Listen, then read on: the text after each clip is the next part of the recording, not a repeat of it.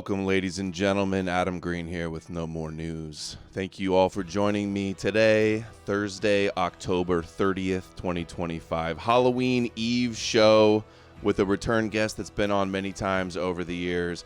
Back on to discuss everything that's been happening. It's been a little while.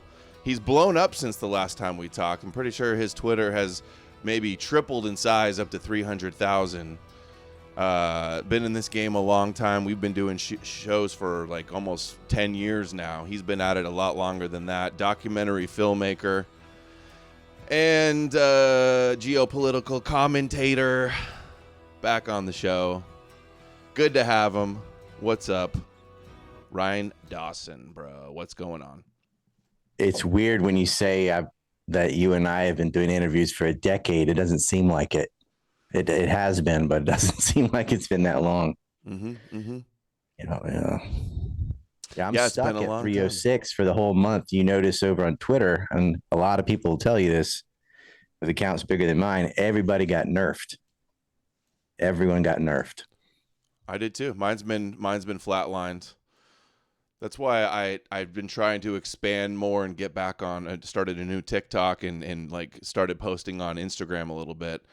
And it's a lot of viral stuff, but a lot of really kooky disinfo and, Christian stuff over there is all you'll see. So it's been rough. That's the box they want. Like it's like they don't get it. They're like, oh man, we're normalizing these like, weirdo race realists and stuff. I go, yeah. That's what they want. This is why you often find a rabbi spray painting a swastika on his own door and then calling the police. Like that's the type of opposition they want.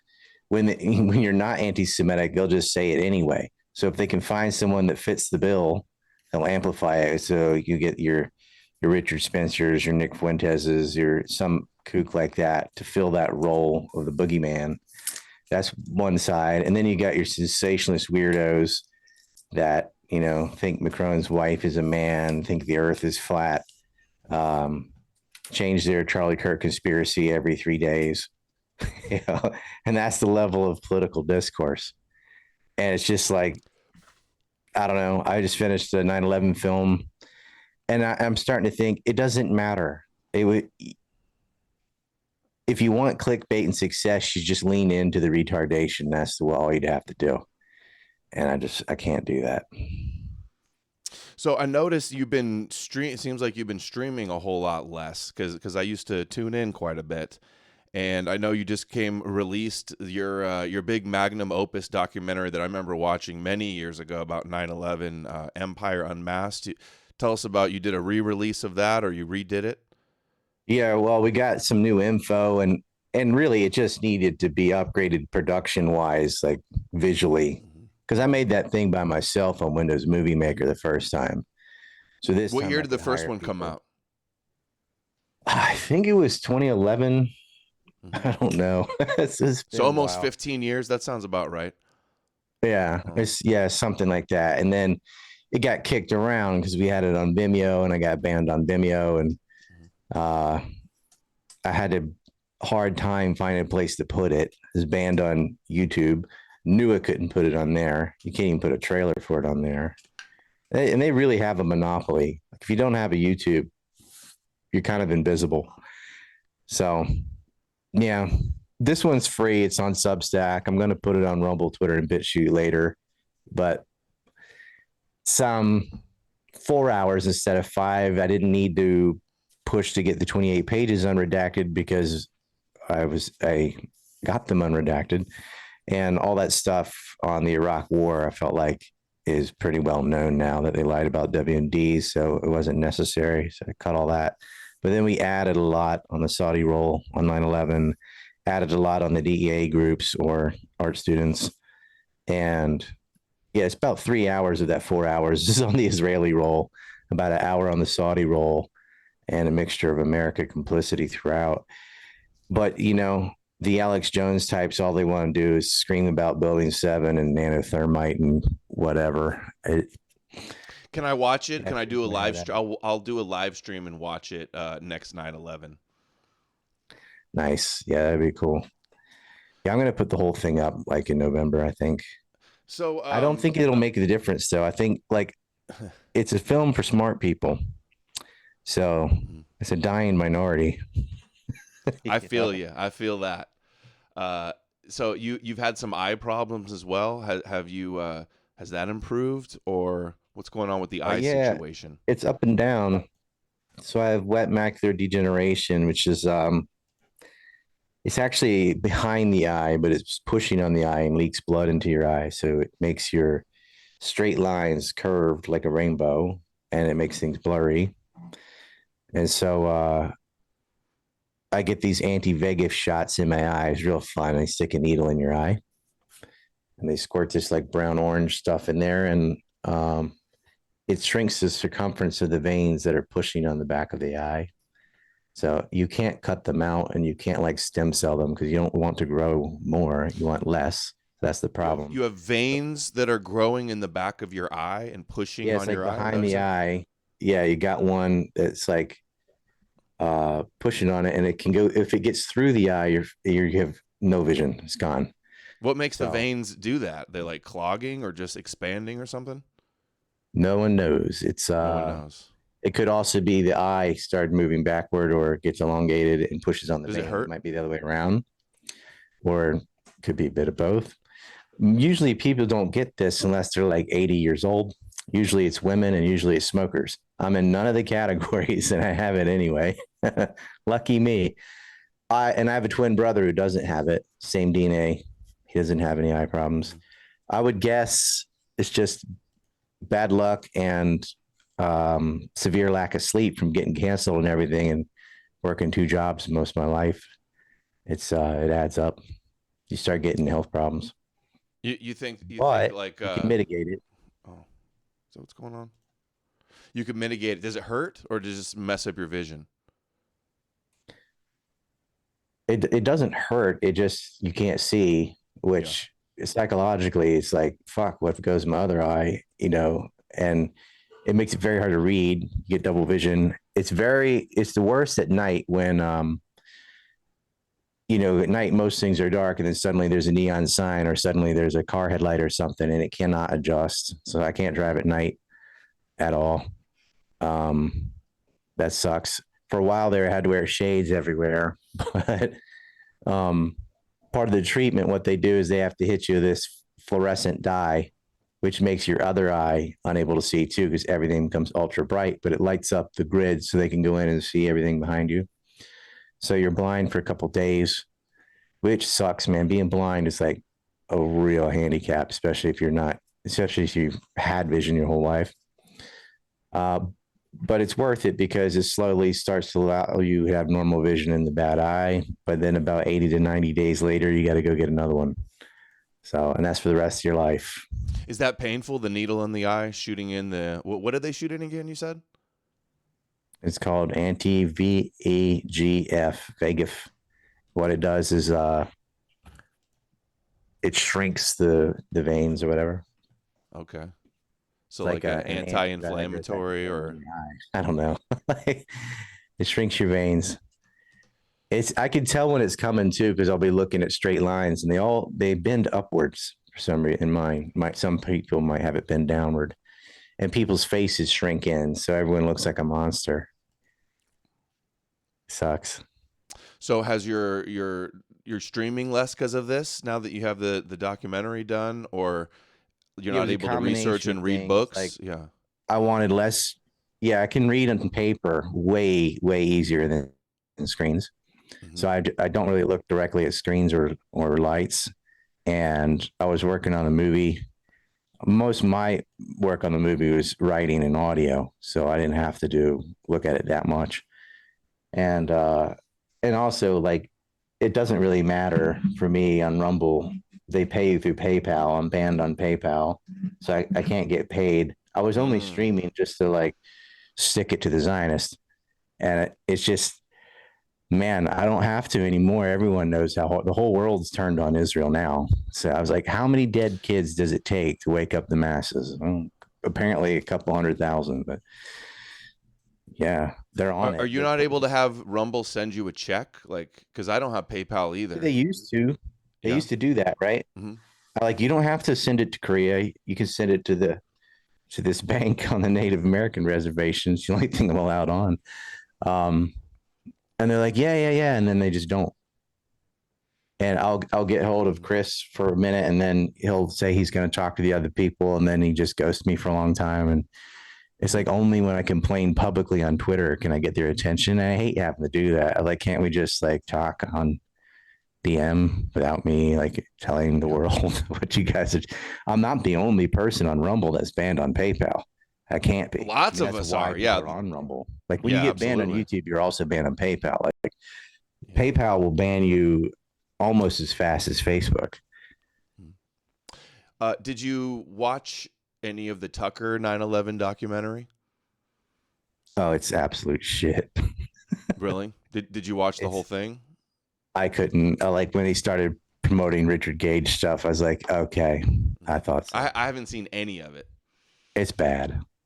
I had a lot of hope because Tucker's kind of come around the last couple of years. Of like, yeah, man, he had on like some good guests. He had on Jeffrey Sachs, who's just like Israel's been dominating U.S. policy for the last 30 years. Like, all right, he had some stellar guests there in the beginning.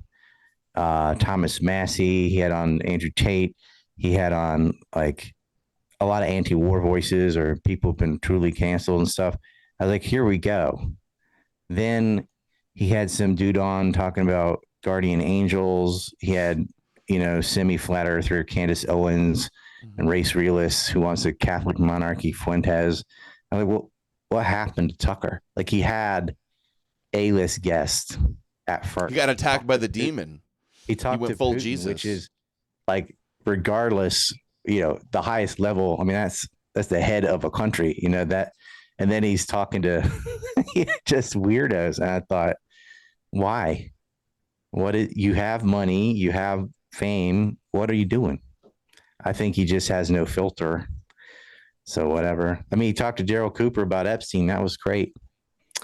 I think he should have talked to me about Epstein, and Cooper talked to me about Epstein, but or maybe about 9/11. Like, all?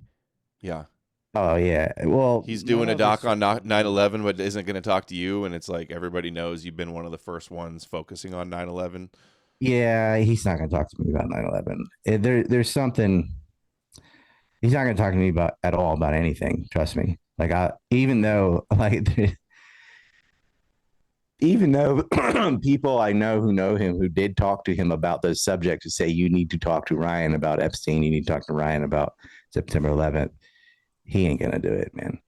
And for a while I thought, well, as I have a stigma, whatever. But after he talked to Fuentes, I'm like, well, that excuse is gone because he's just as banned as I am. So it's not that stigma. The Mr. Admirer of Stalin. Stalin is not base or cool. Like that's disgusting. Yeah, he's asking for controversy with a statement like that. So where are you at with the Trump? Got bullied so bad by Groypers that he caved in. Yeah. And Alex Jones said it. Like been on Fox where you don't have to deal with like the public, whatever. Mm-hmm. And so they probably just hounded him until they got their way. It's whatever. It's a good strategy. A lot of these people will cave. So, yeah, speaking of caving, Trump on Epstein. Can you believe the Epstein cover-up? Man, with the day Charlie Kirk got shot is the day the Senate voted 51-49 not to release the files. That should be midterm suicide right there. That, everybody's forgot about it already. Both parties, but but I would point this out. I think the Democrats knew that the Republicans would have to block it. Because if they really wanted them released, why didn't they bring it up when Biden was president? I mean, they didn't even talk about it for 4 years. Right. Neither side can let that list out. Yeah, that was a political stunt just to force the Republicans to block it. Right. But can you believe it? Blocked it too. Isn't the cover-up even more crazier than you imagine? Like with Bondi saying, "Oh, we got the tapes and desk full of the records and And then they say nothing. Bondi there's no can't list. Nothing happened. Yeah. It's on my desk. Where's my desk? Like, And how about the craziest part was how Trump on day one, when the government announced that like the investigation's over and they're not, charging anybody, it's done with. And Trump was like scolding the media for asking him about it. He's like, "You're yeah. still talking about that?" Oh, that Yeah. old thing. Yeah. It's literally the first day after he campaigned on promising on releasing and like, his get taking out the deep state, pedophile Well, it's cabal. weird why they even made the promises. I mean, they could have just not talked about it like Biden, because he did the same thing with JFK, RFK, and MLK. Like the FBI killed MLK, and they just never. The one they talked about the least is Martin Luther King, and then they didn't really talk about Robert Kennedy either. JFK, they released some stuff we already had, and a little bit on Angleton that most of us like researchers already knew. And then with Epstein, it was like, no, they're all they're all trafficked to him and Maxwell alone and nobody else, even though Burnell was arrested for it and Staley's admitted it and then Andrews got sued over it. No, they're all trafficked to only them. And that's just not true. I mean, we have an ongoing Stacey Plaskett case out of the Virgin Islands mentioning clients for the purpose of commercial sex trafficking. Now, if you say human trafficker, a different name comes in people's minds. And I'm like, just out of Palm Beach alone, there are so many actual human traffickers. Did you see Virginia's book? Have you had a chance to read it? It came I out was going to ask you about her. Didn't it say something about Ehud Barak, right?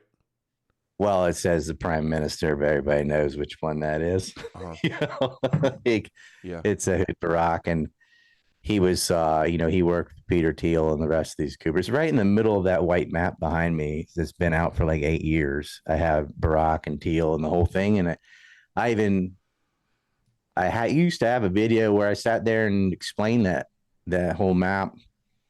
It's on like Odyssey or something because at the time there was nowhere to go. Mm-hmm. So yeah, we got demonetized on Odyssey too. They took away, they banned Stripe from the whole platform, and I lost my main source of income. It came out that Epstein had invested $40 million into Palantir with Peter Thiel, right? And I was going to ask you. Oh, also, what do you think the situation is and with 40 Carbine too? Right, isn't that an Ehud Barak thing? million. Carbine, right? It is, yeah. Ghislaine, what's the situation with Ghislaine? She's talking to the government. She's maybe getting a pardon. What do you think's going on with her? That they're going to let her out as long as she exonerates Trump? I kind of hope they do give her a pardon because that would be political suicide. Like they already moved her to. I don't really want her to get a pardon, but they moved her to a more comfortable jail, which was absolutely a bribe. And then they interview her, and she's like, "Oh yeah, Trump's great, but I never saw any trafficking. All these girls are a bunch of lying whores or whatever." It's like, lady, you were living with teenagers that you brought around with you around the world. There's no doubt about it. And you're pictured with Burnell, who was convicted of sex trafficking. He died in prison too, by the way. 60 Minutes did his big piece on Jean-Luc Burnell. You just with all the wrong people, and you've got them visiting Epstein when he was in jail. We have your internal communications where you're talking about pimping girls out. You're meaning her and Epstein. You have your own employees telling on you. So it's not just the girls, because I understand women lie. Absolutely. And especially when something's famous, especially when people are very wealthy, some woman that ever knew them at all is going to say, yeah, he raped me. So you can't only use that data point, unfortunately, because she might be telling the truth. So you have to corroborate that with other things, which is what I did. If they're saying that, and then you look at the pilot and the driver and the bodyguard and like his own employees, like knew these women, knew they lived there, knew when who was at what hotel and stuff, then you start putting the puzzle together. I haven't seen his arguments, but I know I've seen James Tracy has been like going against the Epstein Michael victims. Tracy, isn't it? Oh, James Tracy. Yeah, Michael Tracy. Sorry, you're right. Yeah. Don't know why I said that. Yeah, like I think this is going to be like an unpopular take, but I think someone ought to do that. Like someone ought to question everything every girl said because they're, you know, they can lie and they do, or they exaggerate. Like some of it's true, some of it ain't. And there are some weirdos, and these are the exact ones that got on Alex Jones. They're like, I saw him turn into a lizard and stuff like that. You get two or three girls like that, it doesn't reverse the testimony of like over 100 people, uh, over 200 if you look at the JP Morgan lawsuit. Like, why do you even know this many teenage girls? Like, what else the fuck were you doing with these people? Like, yes, you were having sex with them. So the question is like, how were you trafficking them to your friends? And there is evidence of that. But what Tracy will do is he'll zero in on some of these girls who have fabricated stuff and then try to throw the baby out with the bathwater. But I do think it is a good exercise to find the liars because they discredit the rest of them. And there are He's generally pretty good. Like I've liked some stuff from Michael Tracy, so I was just I interested. on Space. And I was like, I don't disagree with this and this, but like you're not addressing the things that I say. Like I have also called out the liars. I've also called out the ones that are just have really ridiculous stories, you know. But did you see the clip even, of even Alan Dershowitz, who's changed his story like 4 times? You know, first he kept his underwear on and he had a massage in the house. Then it was just a neck and shoulder massage with all his clothes on. Then he was very clever. He's like, I never got a massage in that house in Palm Beach. Like, yeah, because the accusation isn't about Palm Beach, it's about Ohio. So he can truthfully say, because maybe he didn't get one in Florida, right? He can say, I was there with my wife and all. Like, that's not the incident anyone's talking about. And you'll see this too. A lot of politicians and donor class people will say, well, I never went to that island. First of all, there's 2 islands. And secondly, so what? Most of the hanky panky did not occur on the island. It happened in hotels. You'd have to be this like Whitney Webb thing where they're like, oh, they had cameras in the house and they had filming everything. Like that's dumb. That's totally unusable. If you film someone having sex in your own house, you just incriminated yourself because you have to explain why some little kid and some guy are in your house in your bedroom having sex. It's totally unusable. They would do, and you can see this from the victims will tell you, although Epstein and Maxwell had fucked them in their house, whatever, but when they were farmed out, it would usually be in a hotel. It would be in some neutral territory. And that's just Mafia 101. Like you never commit crime in your own house and you sure as fuck don't film it. You don't film yourself breaking the law. And a lot of it was not blackmail. It was more like rewards, kind of like a perk for doing business with them. And also, you can never do business with anyone else because I have this on you just in case. I just realized. I think I set up. Zionist. Sorry, Ryan. I don't know if you saw the thing pop up there that the Zoom's going to end. I have a paid Zoom, but I think I signed in with the wrong account. So we're going to have to end this in a minute, and I'll send you a new link. I apologize for that. But well, you know that's what happens when it's like a one-man crew. Like I get it. Yeah. Yeah. Well, I apparently have 2 accounts, and I signed in with the wrong one. I'm just gonna keep talking. Yeah, we got another 10 minutes, and I'll run a commercial video or something while we get another connect and go a few more minutes. I saw a clip of cameras in his house. He actually had the police install it for him. He said he claimed something had been stolen, and I don't know if he made that up or if something had been stolen. But he had them put in secret cameras inside like clocks and fire detectors and stuff. And so they rigged it up for him in a little operation room. And much of that wasn't about theft. It's like he liked to watch himself again doing what he did to the girls. But usually, and any guy like knows not to bang a woman in someone else's house.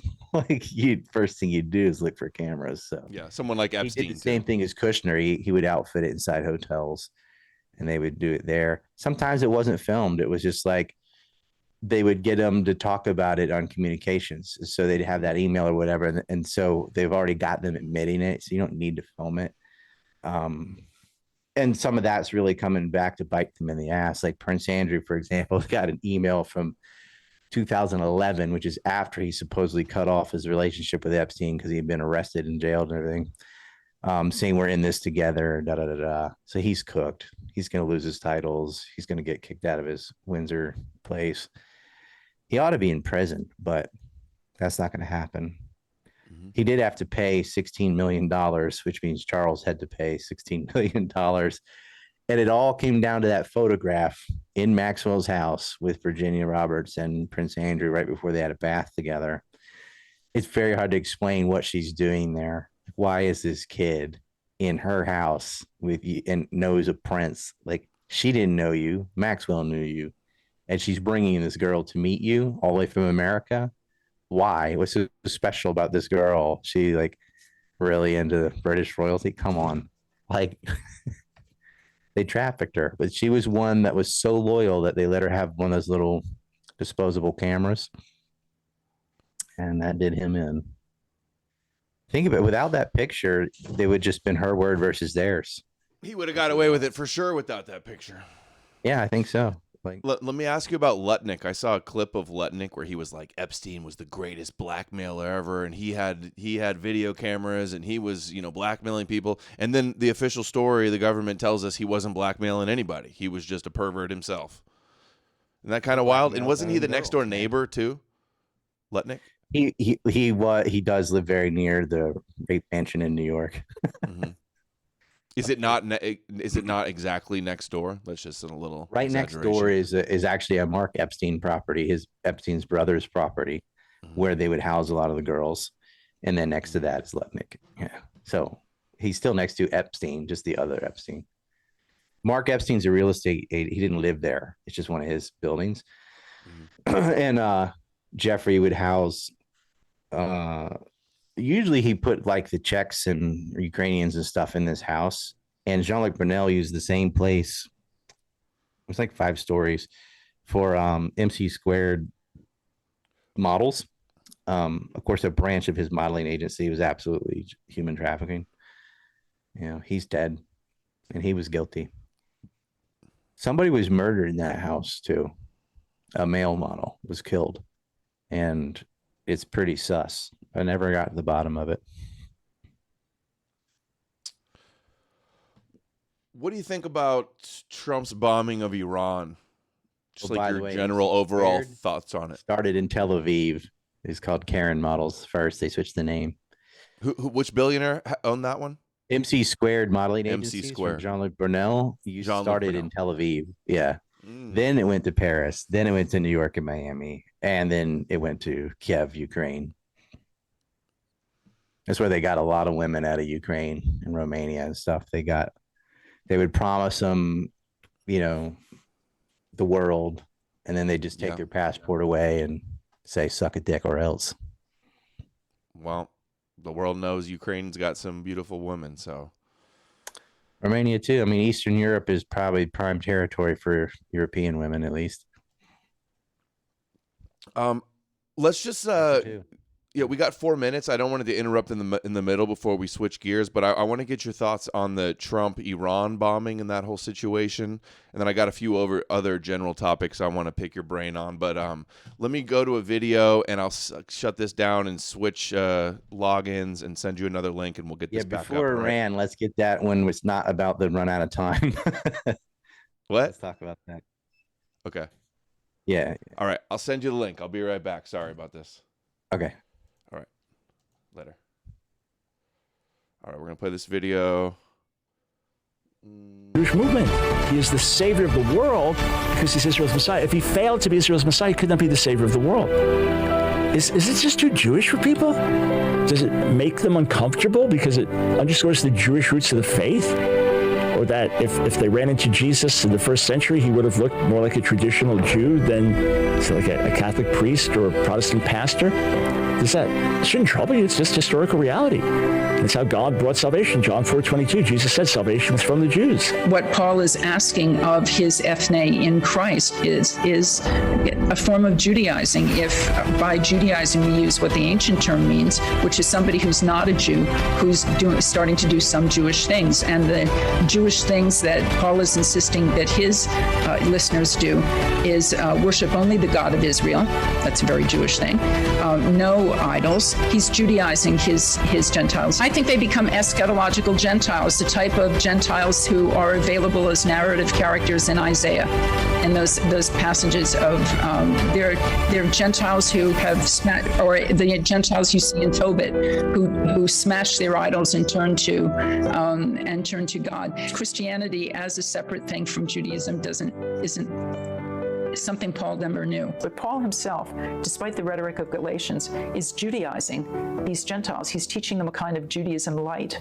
How do we know this? He's talking about the Messiah, and he's talking about exclusive allegiance to the God of Israel. That's Jewishness. And it's Paul who's beginning to create a new population, but it's a population that was anticipated in the classical prophets and in all those Jewish apocalyptic writings we have between -200 and +200. Tobit, the Sibylline oracles, where you have the nations who are pagan, smashing their idols and turning to worship the God of Israel. Where the energy is coming from, I think, for Paul's mission, the energy is coming from for these prophetic declarations in Jewish tradition that everybody is going to get with the program and worship the God of Israel at the end of time. The God of Israel is an ethnic God. It's just that he's going to do this amazing act of cross-ethnic outreach when he declares his universal sovereignty. But he's also the God of Jewish history. He's the God of Abraham, Isaac, and Jacob. He's the God of Israel. You don't have a genealogical connection with Israel's God. You have a covenantal adoption with Israel's God. And he's also combating pagan gods whom Jesus is going to defeat when he comes back. He's sort of like establishing a beachhead against these pagan gods, and Jesus is going to destroy them in 1 Corinthians 15, or he's going to... Yo, Ryan, can you hear me? I see that you're here, but I don't see...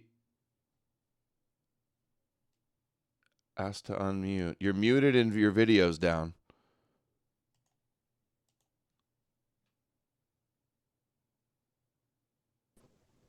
Here he comes. Now he's got it. Yo. There's a little lag, I guess. Yep. We're back. Sorry about that. No time limit now. Chat is clowning on me like, oh, he doesn't even have the paid version. I signed into the wrong email. Yeah, whatever. It's like, you know how it goes. You wouldn't know how it is without being banned by everywhere and having to have all these different logins and things. It's super easy to just log in YouTube. Boom. Yeah, they keep improving. It's an absolute monopoly. You notice they started bringing accounts back that aren't a threat to the system at all, but everyone else, nah, you're not getting How dare they tease us like that? They're like, oh, actually, it's just a pilot program, and only if you got banned for like COVID or election conspiracies. Ryan Dawson and Adam Green, they're not coming back. Sneeko, you can be back. Who else? I don't even know who else. Yeah, I mean, Sneeko should never have been banned. Like I didn't understand why he was banned. He's not a threat to the system. Neither should we. Well, yeah, but they should, because we're a danger. We're a threat to the man. So they're smart to ban us. Actually. Yeah. They just, for him, I think it was guilt by association. But he just got caught like faking helping a homeless person. And his little paid actor, like, it's like, are you gonna tell him this is rigged? No. Like, why don't you just help a homeless person? How hard is that? You got money, just actually help somebody. Why not? Dude, he's going that route. He's going the Fousey route. Same thing Vitali did. Like a lot of that pedophile stuff. It's all fake. Mm-hmm. I actually thought, wow, he's redeeming himself. Nah, they didn't catch anybody. Now he's in jail in the Philippines. Yeah, not looking good. I saw Johnny Somali 2 days ago. He's stuck here until February. He's going to be going to jail. Oh, that was the guy that was messing around with in Japan? Oh, yeah, that's right. You're in Japan. I've been covering Japan stuff. Like the Christian Zionists are trying to take over in Japan. Well, they lost because Ishiba was forced to resign, and Takaichi's in charge. She's super far right wing. Wants to get rid of all the, not all, but she's going to be all very the diversity hard to get into Japan as a foreigner. Yeah, mostly Chinese, and she's not going to allow 500,000 Indians into Japan. But we had a Christian prime minister very briefly. The first thing he did was open the borders. That's right. That's what it was. That's right. Yeah. And then 12 major cities, all like within 12 days, all these major cities had protests. The Japanese don't protest. It's so against their character, but they were ready to, they wanted his head. So he resigned.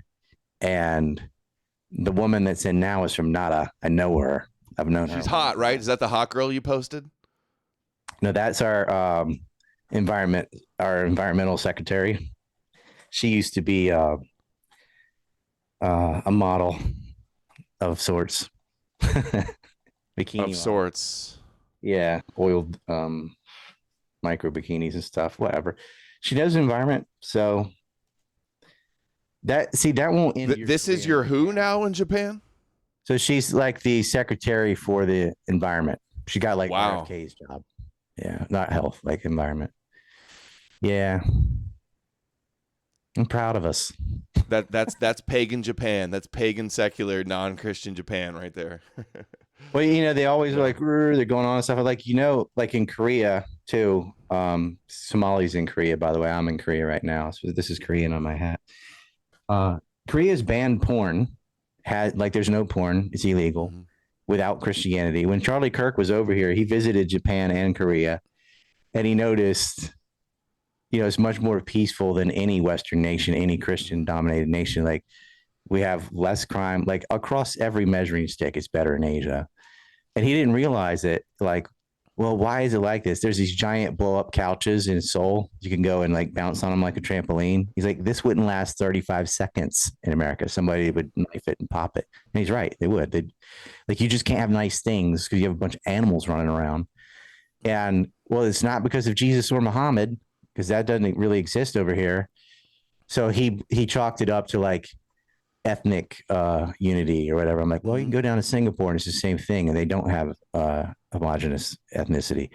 It isn't God. It's not race. It's very simple. When people commit crimes, they throw them in jail and they don't let them out.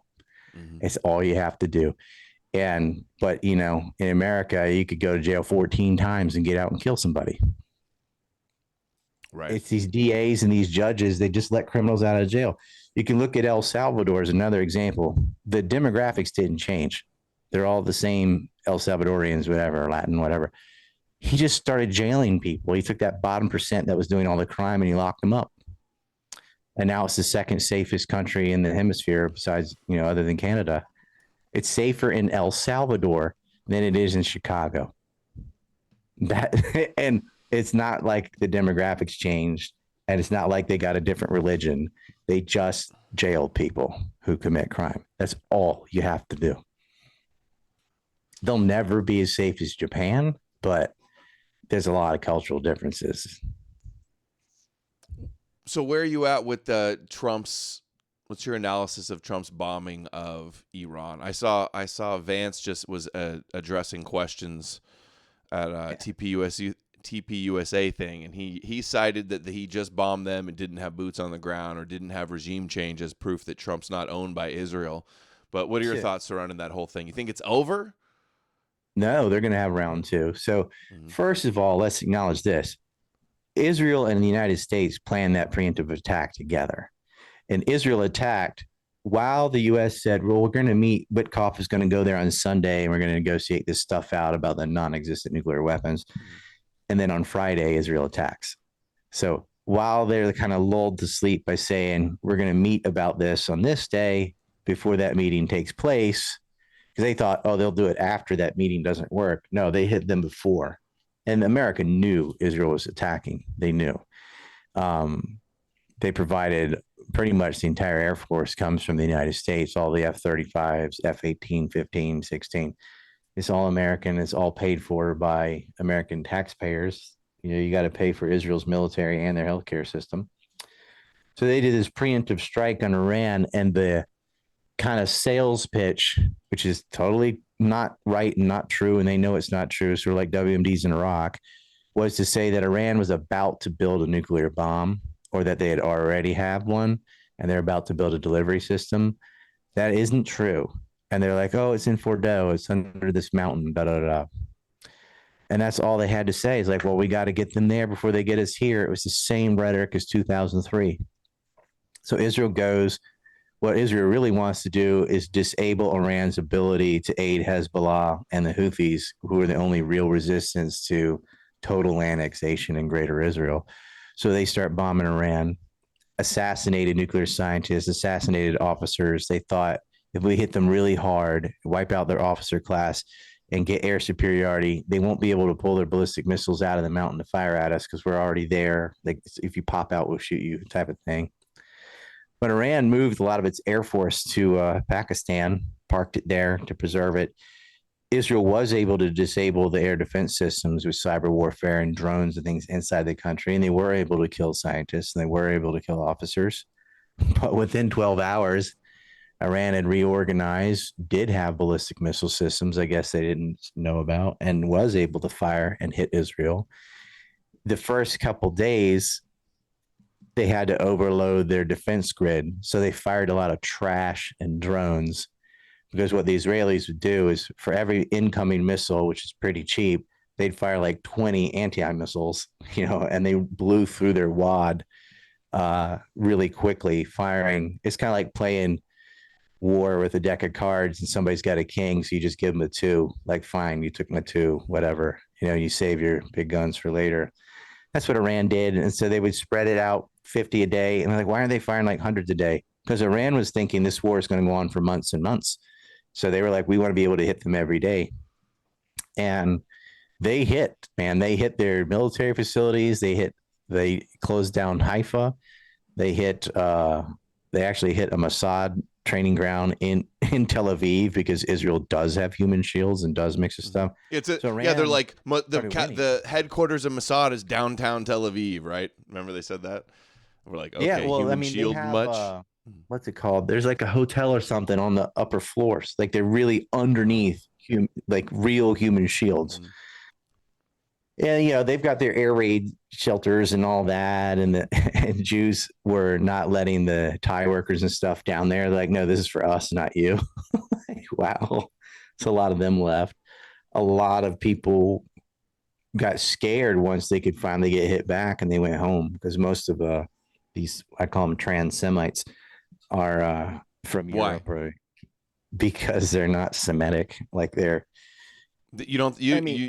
Are you talking Khazar no theory? One is. I mean, there are no original Jews, because all mythology. But like, according to the story, they're supposed to be from the Levant, and these people are from Eastern Europe. I've seen DNA studies that they do trace back and have Sephardic and Ashkenazi, and they have similar DNA even to some of the Palestinians in the area. I don't believe in have the strongest DNA connection to like the Natufians and stuff, the Canaanites that would have populated that area. You don't think Jews are Jews? You think Jews are Jews? You think Ashkenazis do have DNA that goes back to the Middle East? Believe the lies of a rabbi is a Jew. Like, anybody of any race who gets swindled into that. So all Christians that believe the rabbis that started Christianity, they're all Jews too? Pretty much. I mean, they're like got to be partly Jewish, because they have a Jewish creation story. If you ask a Christian, they think Yahweh is the same God as the New Testament. So I'm like, well, you're just a Jew with an extra prophet. Have you not seen both Jay Dyer and Nick admitting that Christians are spiritual Jews? No, but I don't doubt it. I mean, that's I think Jay's changed his mind. He's like kind of anti-Zionist now, and but Nick, that's weird, because he's definitely anti-Semitic. But I don't think Nick's really Christian. I think he just uses that as a shield. I don't think he's ever read the Bible. I think Jay has. I don't think Nick, he just finds it as I question if Jay's really a Christian also, honestly. I question both of them. Yeah, they both seem too smart. Not, but I think at least he's read it. Like, Charlie Kirk was a Christian. Like, he could chapter and verse better than either of those two. But I'm like, he just did it for money. I mean, he must have known. They were bombing Christian churches in Israel. Like, Charlie, come on now. Your wife's a Catholic, and they just blew up a Catholic church. Like, how do you square that? He was really, really wrestling with that. Their pastor was there in Scottsdale, Arizona, and that church was having a hard time justifying, but not only like all the hospitals and things they blew up, and when they're blowing up churches, it's like, yeah, they annex houses in Bethlehem. That's the alleged birthplace of Christ. And they burned down the Church of Miracles, where he allegedly It's the area where he divided the loaves of bread and fish among the masses. They set it on fire. The only thing left was the basement and some of the Bibles that they grabbed and ran out with, or whatever. It's kind of sad, like from just a historical point of view. Like these are significant areas.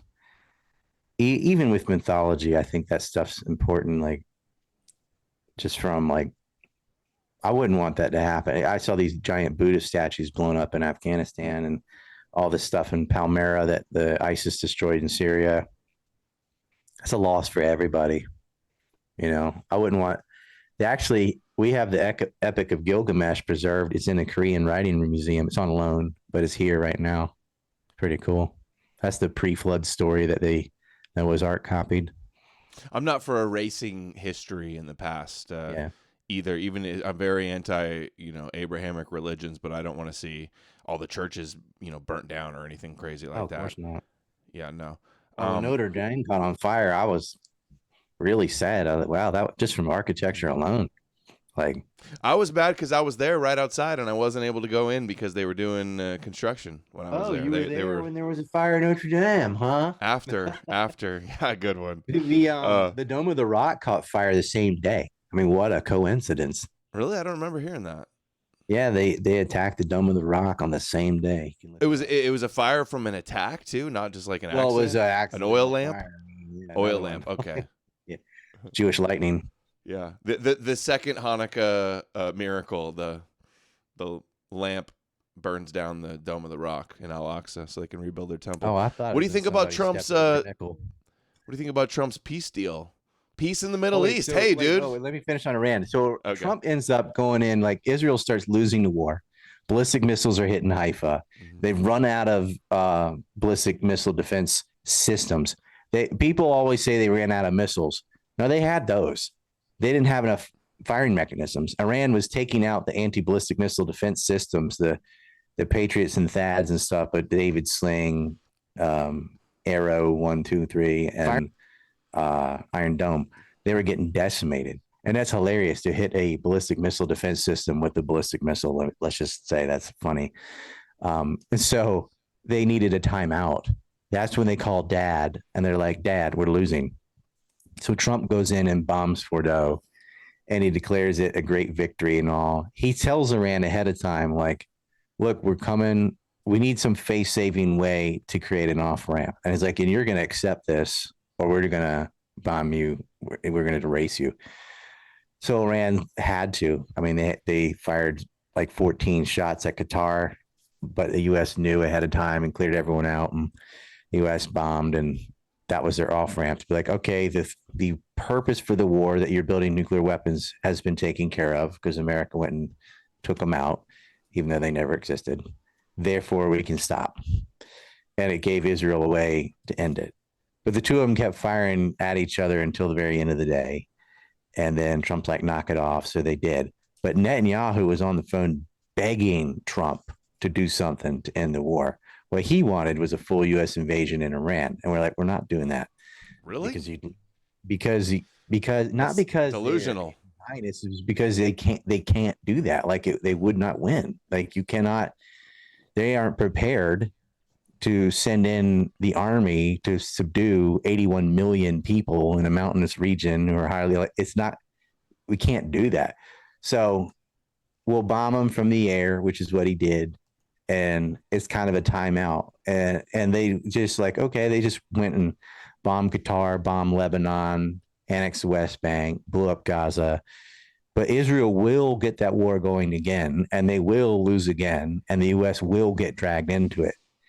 And if the U.S. ground forces get dragged into it, like, yeah, America can take on Iran if it wants like 50,000 casualties, sure, and billions and billions of dollars. And then what? You're going to occupy it like you did Iraq for how long? And how many are going to die from that? It isn't worth the price tag. There's no doubt in my mind that there's no like moral decision making. It's all just like, can we do that? And people in the Pentagon are saying, no, we can't. We cannot invade Iran on the ground. It would be better to soften them up with sanctions, create internal revolts, get Azerbaijan on their case, let's get Afghanistan and India to tag team Pakistan. We'll finish off Yemen. We're strangling Hezbollah and Lebanon. Just wait, because they're weakening. Every day we get stronger, they get weaker. So just wait, then invade Iran. That seems to be the plan. But if they went in now, it would not go well. And Iran has enough ballistic missiles to flatten Israel. And I just wish they would. I wish they'd make it look like Gaza. That's what they deserve. But do you think Trump deserves the Peace Prize? I kind of do, considering the other people they gave it to, right? I mean, they gave it to Henry Kissinger. They gave it to Obama, and Obama invaded Libya and Syria and started the Crimea conflict. So, I mean, seems deserved then. Kind of like, yeah, I mean, you ought to just give one to Stalin too, postmortem or whatever. Like, in a way, of course, he doesn't deserve a peace prize, but that prize isn't a peace prize. They only give it to warmongers. They've given it to several Israeli prime ministers. So yeah, he should get it because that award is already trash. Yeah, nominated by Netanyahu, no less. They actually give him one too. Yeah, the war heroes, the two war heroes / Peace Prize winners. To destroy the credibility of the Nobel Peace Prize any further than it's already been done. Get John Bolton one. Why not? I mean, but Trump made the biggest deal in 3,000 years. Peace in the Middle East, dude. He did it. It's all because of him. He saved the world from World War III. How many minutes before they were killing Palestinians? What do you mean? There's a ceasefire. This is the real slap in the face. Like, if you want to be like your dog's bitch to Israel, which Trump is. I mean, other than LBJ, he's the most Zionist president we've had. You can't get worse than Lyndon. I'm the most pro-Israel president ever. It's not even close. LBJ doesn't even come up to, didn't even get his bar mitzvah and Jewish awards compared to me. But he might not have got it. There weren't as many rewards. I'm the Prince of Peace. I saved the world. I'm the Torah crown Prince of Peace. Like this. Do the it's fake news. He should get a peace prize because they're all just trash. But when they did this whole pomp and circumstance, right? Like, we're going to get the hostages back, which is all it was. Let's get the hostages, and then we'll just double cross them and bomb. Everybody knew this. So they broke in the ceasefire. That was my next question. The ceasefire has been broken with Lebanon too. On the same day, they broke the ceasefire they made with Lebanon and Gaza. So not only is Trump going to take this? Isn't this like embarrassing to Trump? You think that he can be embarrassed? Did you see him and Marco Rubio were asked, like, Israel's bombing some more, and they're like, well, everybody agrees that they're allowed to bomb still if they're defending themselves. It's like so much for the ceasefire when they can still bomb whenever they want. Why not a peace accord? Why ceasefire? Like, none of the underlying things that caused the conflict were addressed. You're still occupying, you're still annexing land, you're still the whole reason there was an October 7th, they didn't even bring it up. And of course, they're still shooting, they're still bombing, they're still starving. They went in and bombed Lebanon. Just out of the blue, we're going to break that ceasefire too with Hezbollah. How about all the... should give a peace prize to? Giuliani. Like, if you really giving it to the leader of ISIS, that would be... that would be... Yeah, not Rudolph Giuliani, just the new leader of Syria. I know. I was on the stream the other day and I was like, I've heard a lot of people say this guy used to run ISIS or something or be in ISIS. I'm like, is that just like a conspiracy? I looked it up and it really was true. I was like, wow, they're just going. He was al-Baghdadi. He's his protege. That's Al Qaeda in Iraq. So he goes to Syria, and he was the head of the Al-Nusra Front, which was the Turkish-backed terrorists that ended up absorbing the other groups. Like, ISIS is al-Sham and Al-Nusra Front and FSA combo. That's all it is.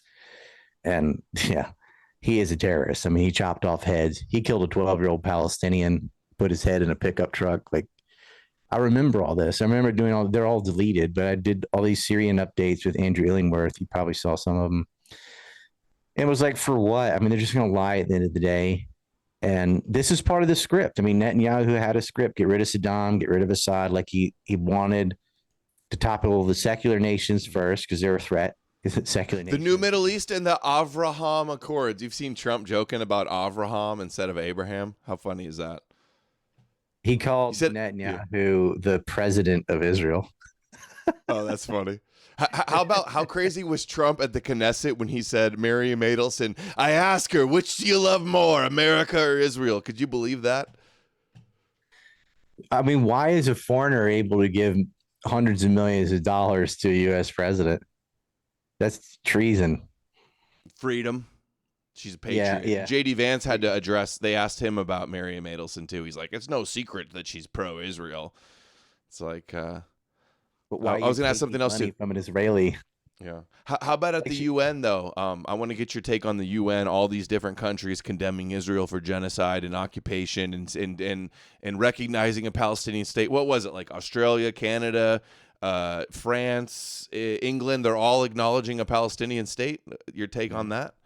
And that's behind Slovenia and Spain, Ireland and Norway already did it, and Armenia already recognized Palestine. And before that, everyone else pretty much had anyway. So it was, when France, England, and Canada and Australia, and I think Denmark, right? They all acknowledge Palestine exists. It's kind of silly to me because it's abstract. Like it exists because it exists, whether you acknowledge it or not. It's just like Taiwan. Like Taiwan is real. They have their own government, their own currency, is a different country. It is not China.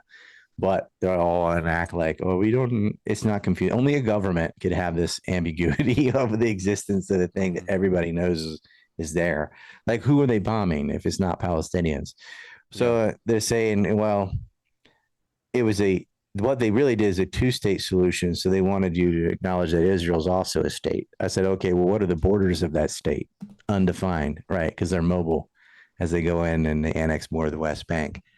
But I felt like it was a stunt. The populations of these countries are very pro-Palestine. They try and paint it like it's some weirdo college leftist thing or like Muslim migrant thing. It's not. It's just normal people with an IQ above room temperature don't want to shoot babies. I mean, it's not a left-wing thing. It's not a Muslim thing. It's just a humanity thing.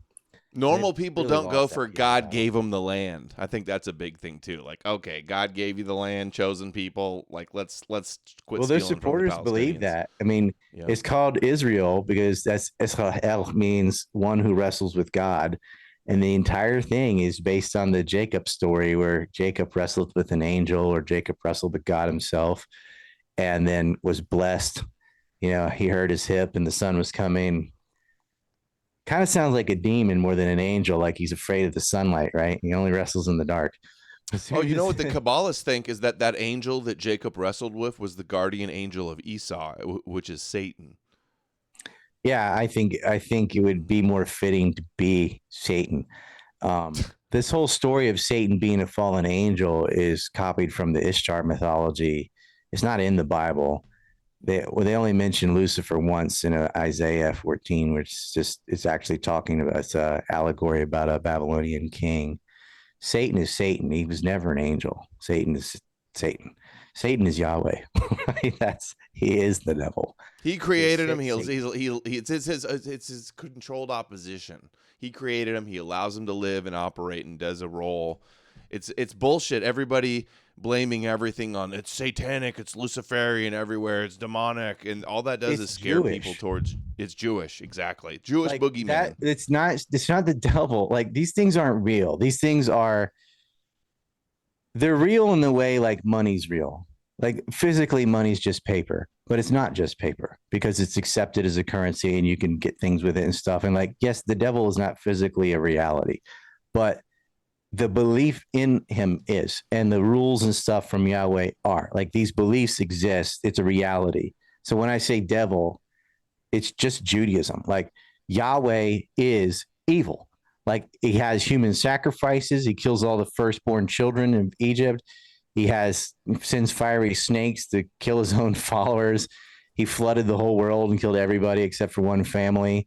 He's just constantly murdering, maiming, swallowed people with the earth, sent plagues. Like, this is an evil, chose the Jews. Dimension. So it comes from an evil culture because gods are reflections of the cultures that make them up.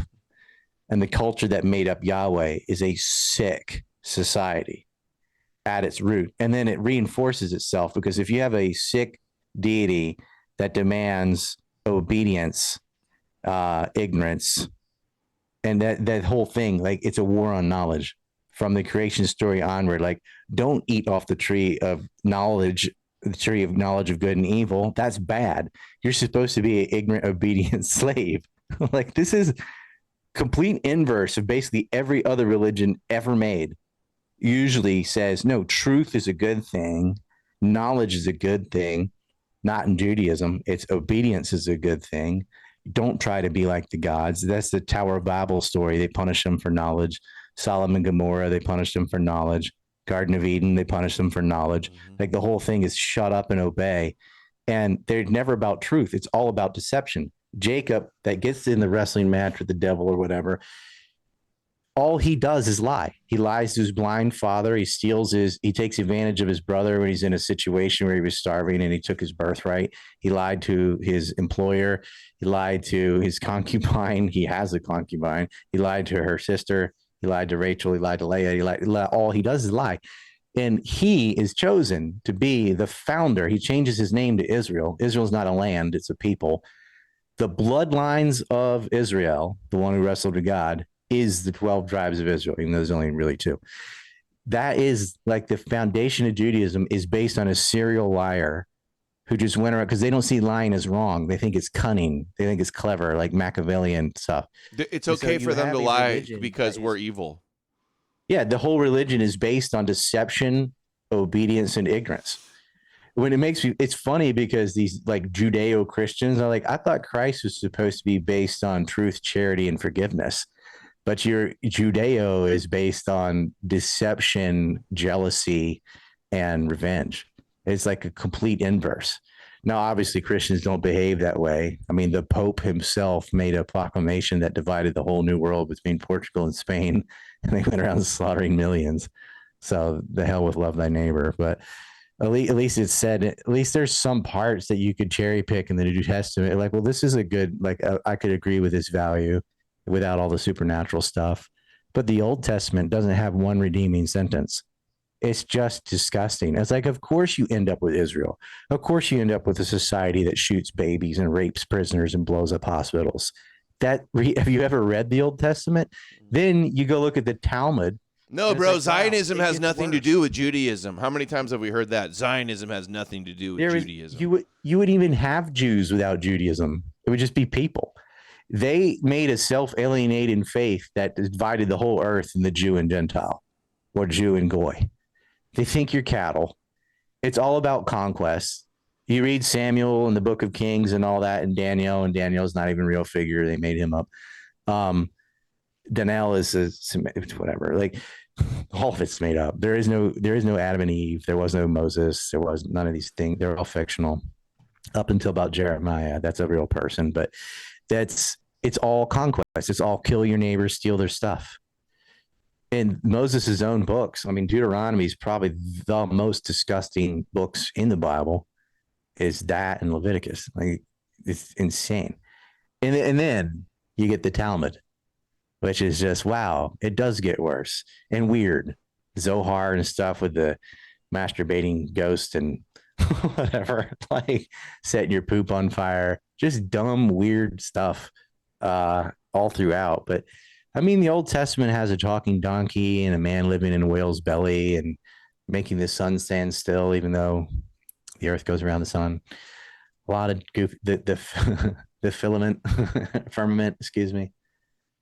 But you get these holy rollers like Candace Owens, who's not sure if the earth is round or flat. She's agnostic on it, doesn't believe in the moon landing and so on. And that's our leadership now, you know.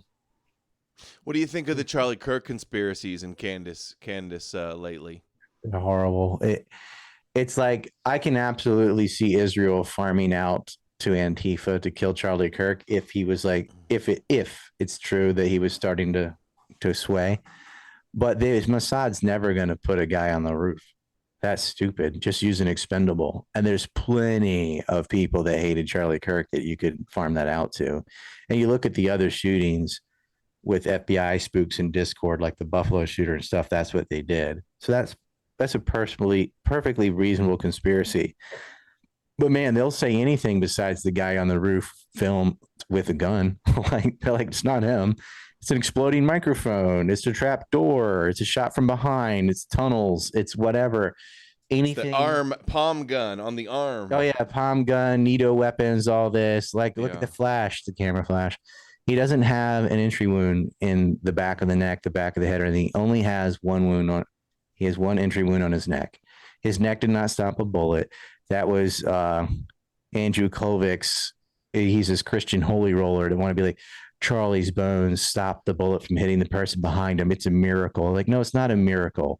The bullet didn't go like this. It went like this. So it went down into his torso. It deflected in. It was already coming down on a little angle and then deflected into the body. Right? Probably hit his shoulder bone and went down his spine like that. Charlie was 6'5". It's, it's not, it's like not very probable, but you don't know. But he was kind of leaning forward where he put the microphone down. Look, it went down his body. It didn't come out. And it would come out if it had hit straight on. It would have gone in front of his neck, out the back of his neck, easy, especially if it's a 30-06. But could a torso stop that bullet? Yes, because you see that in carcasses. I've seen 17-inch ballistic gel stop 30-06 at that distance. I saw those. I saw the gel videos too, and I asked ChatGPT. I said, "Can a 30-06 ever get lodged in a body like on hunting?" It says it does happen. A small, like it's. I think it said 10 to 20% of the time. So usually when you shoot a deer, or whatever, you're hitting it like this and having it come out like that. You don't shoot it like in the chest and have it come out his butthole. A body can stop a bullet like that, and we don't know that was the bullet. We're assuming that's the bullet, but whatever. Mm-hmm. You know what it is because he doesn't have an exit wound. So it had to have gone down his torso. There's no way it just stopped at the skin or something. He's not Wolverine. It looked like it did too. Like his whole body was contorting, like exploding all over. Yeah. Yeah. You know what's sad? His cross necklace flew off his head. So Jesus abandoned him at his moment of death. No, dude, he got sanctified. He's a martyr now. He was the turning point. Now what do you think of the Christian revival after all of this? You see, dude, Christianity is exploding on TikTok, Facebook, Instagram, Twitter, YouTube, everywhere. The algorithm is pushing it. The Charlie Kirk revival, Trump and Vance and what do you think about that? Who wants that type of Christianity? Like, why can't we get the Ron Paul, Dan McAdams type of Christians? Why do we got these weirdos that want to blow up Palestinians? Yeah. This TPUSA is a bunch of holy roll. They remind me, they're right up there with like that Olsen guy. There's the dude that he looks like a demon. You know what I'm talking about? Kenneth Copeland. Yeah. Holy shit, dude. Don't you ever. He's like, you're possessed. And people like Laura Loomer make me start to rethink the witch trials. Like maybe they were onto something. But no, dude, they were burning pagan women for not worshiping Moshiach. That's what the witch trials were. Well, in the U.S., like in Salem, they just burned other Christian women so they could get their property. And that was part of the problem. Like, well, you have these Christian pedophiles marrying 14-year-olds and stuff, and then the husband would die. And the woman would have all his property, but she couldn't remarry. So one way to get the property is to say she's a witch, kill her, and then you can divide the land. That's what they were doing. Yeah, they killed pagans. They didn't even need to say you were a witch. They could just say you're a pagan. Like, you don't believe in Jesus? You're evil. Boom. They killed a lot of Native Americans. And even when they converted, it didn't matter. Like, it was always an excuse to steal stuff. And it's just part of that. Europeans don't even know their own myths. They all know the Jewish creation story. They all know how many Jews allegedly died in World War II, but they don't know how many Americans or any other religious. How many Americans? How many Americans died in World War II? Nobody knows. If I had to guess, maybe I could embarrass myself right now. I really have no clue. That's sad. I've heard the 60 million number of Russians or Christians died, but I also heard that that's like a fake statistic. It's not really that high.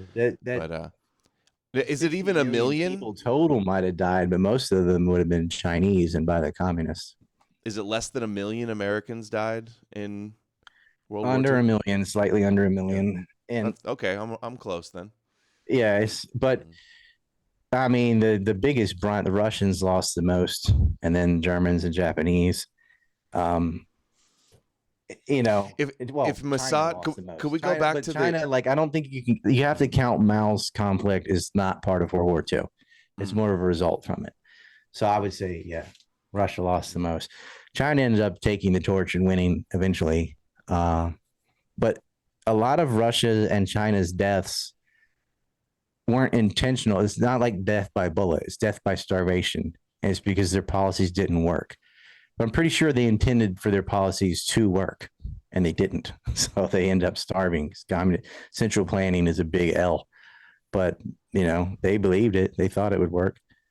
How about on the other war front? Your thoughts? It's like I always thought Trump was very pro-Putin, and now he's making deals with Zelensky. He tweeted about Putin being a killer, and he said he wants all of Ukraine, and he's not listening. And they were supposed to have a meeting, but then it got canceled. And what's your take on the latest with Trump's not pro-Putin, man. Like they're all Zelensky.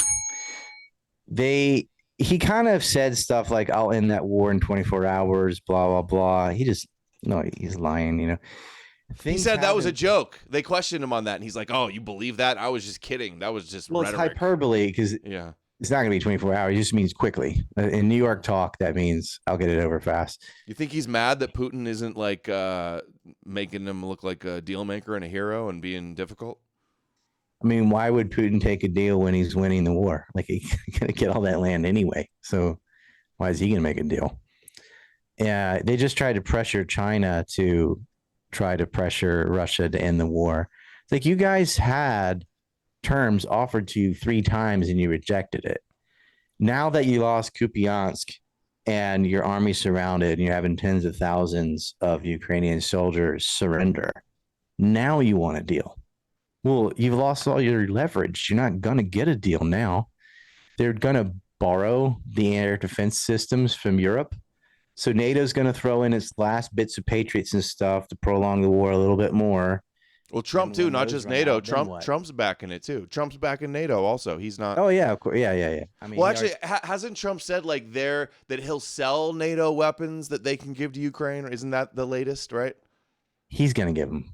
Trust me, he can say. And whatever. is Putin really winning the war? Because didn't Trump call him a paper tiger? And Trump, did you see the post? Trump was like, "Oh, Putin." Everybody thought Putin should have ended this war in like 2 weeks, and it's still going on years later. Like, is he? Putin would have ended that war in 2 weeks. Is he a paper tiger? If it was only Ukraine, Ukraine's economy collapsed within weeks.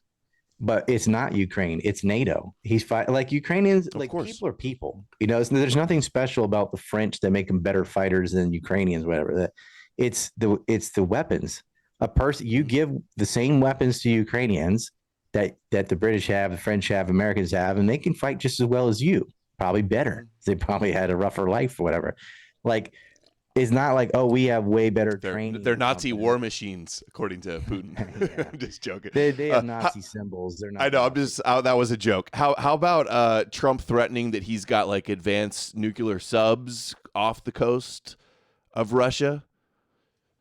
Yeah, I dare you. Russia has missiles that can carry nuclear warheads that can be fired from Russia and hit anywhere on the planet. Hypersonic, right?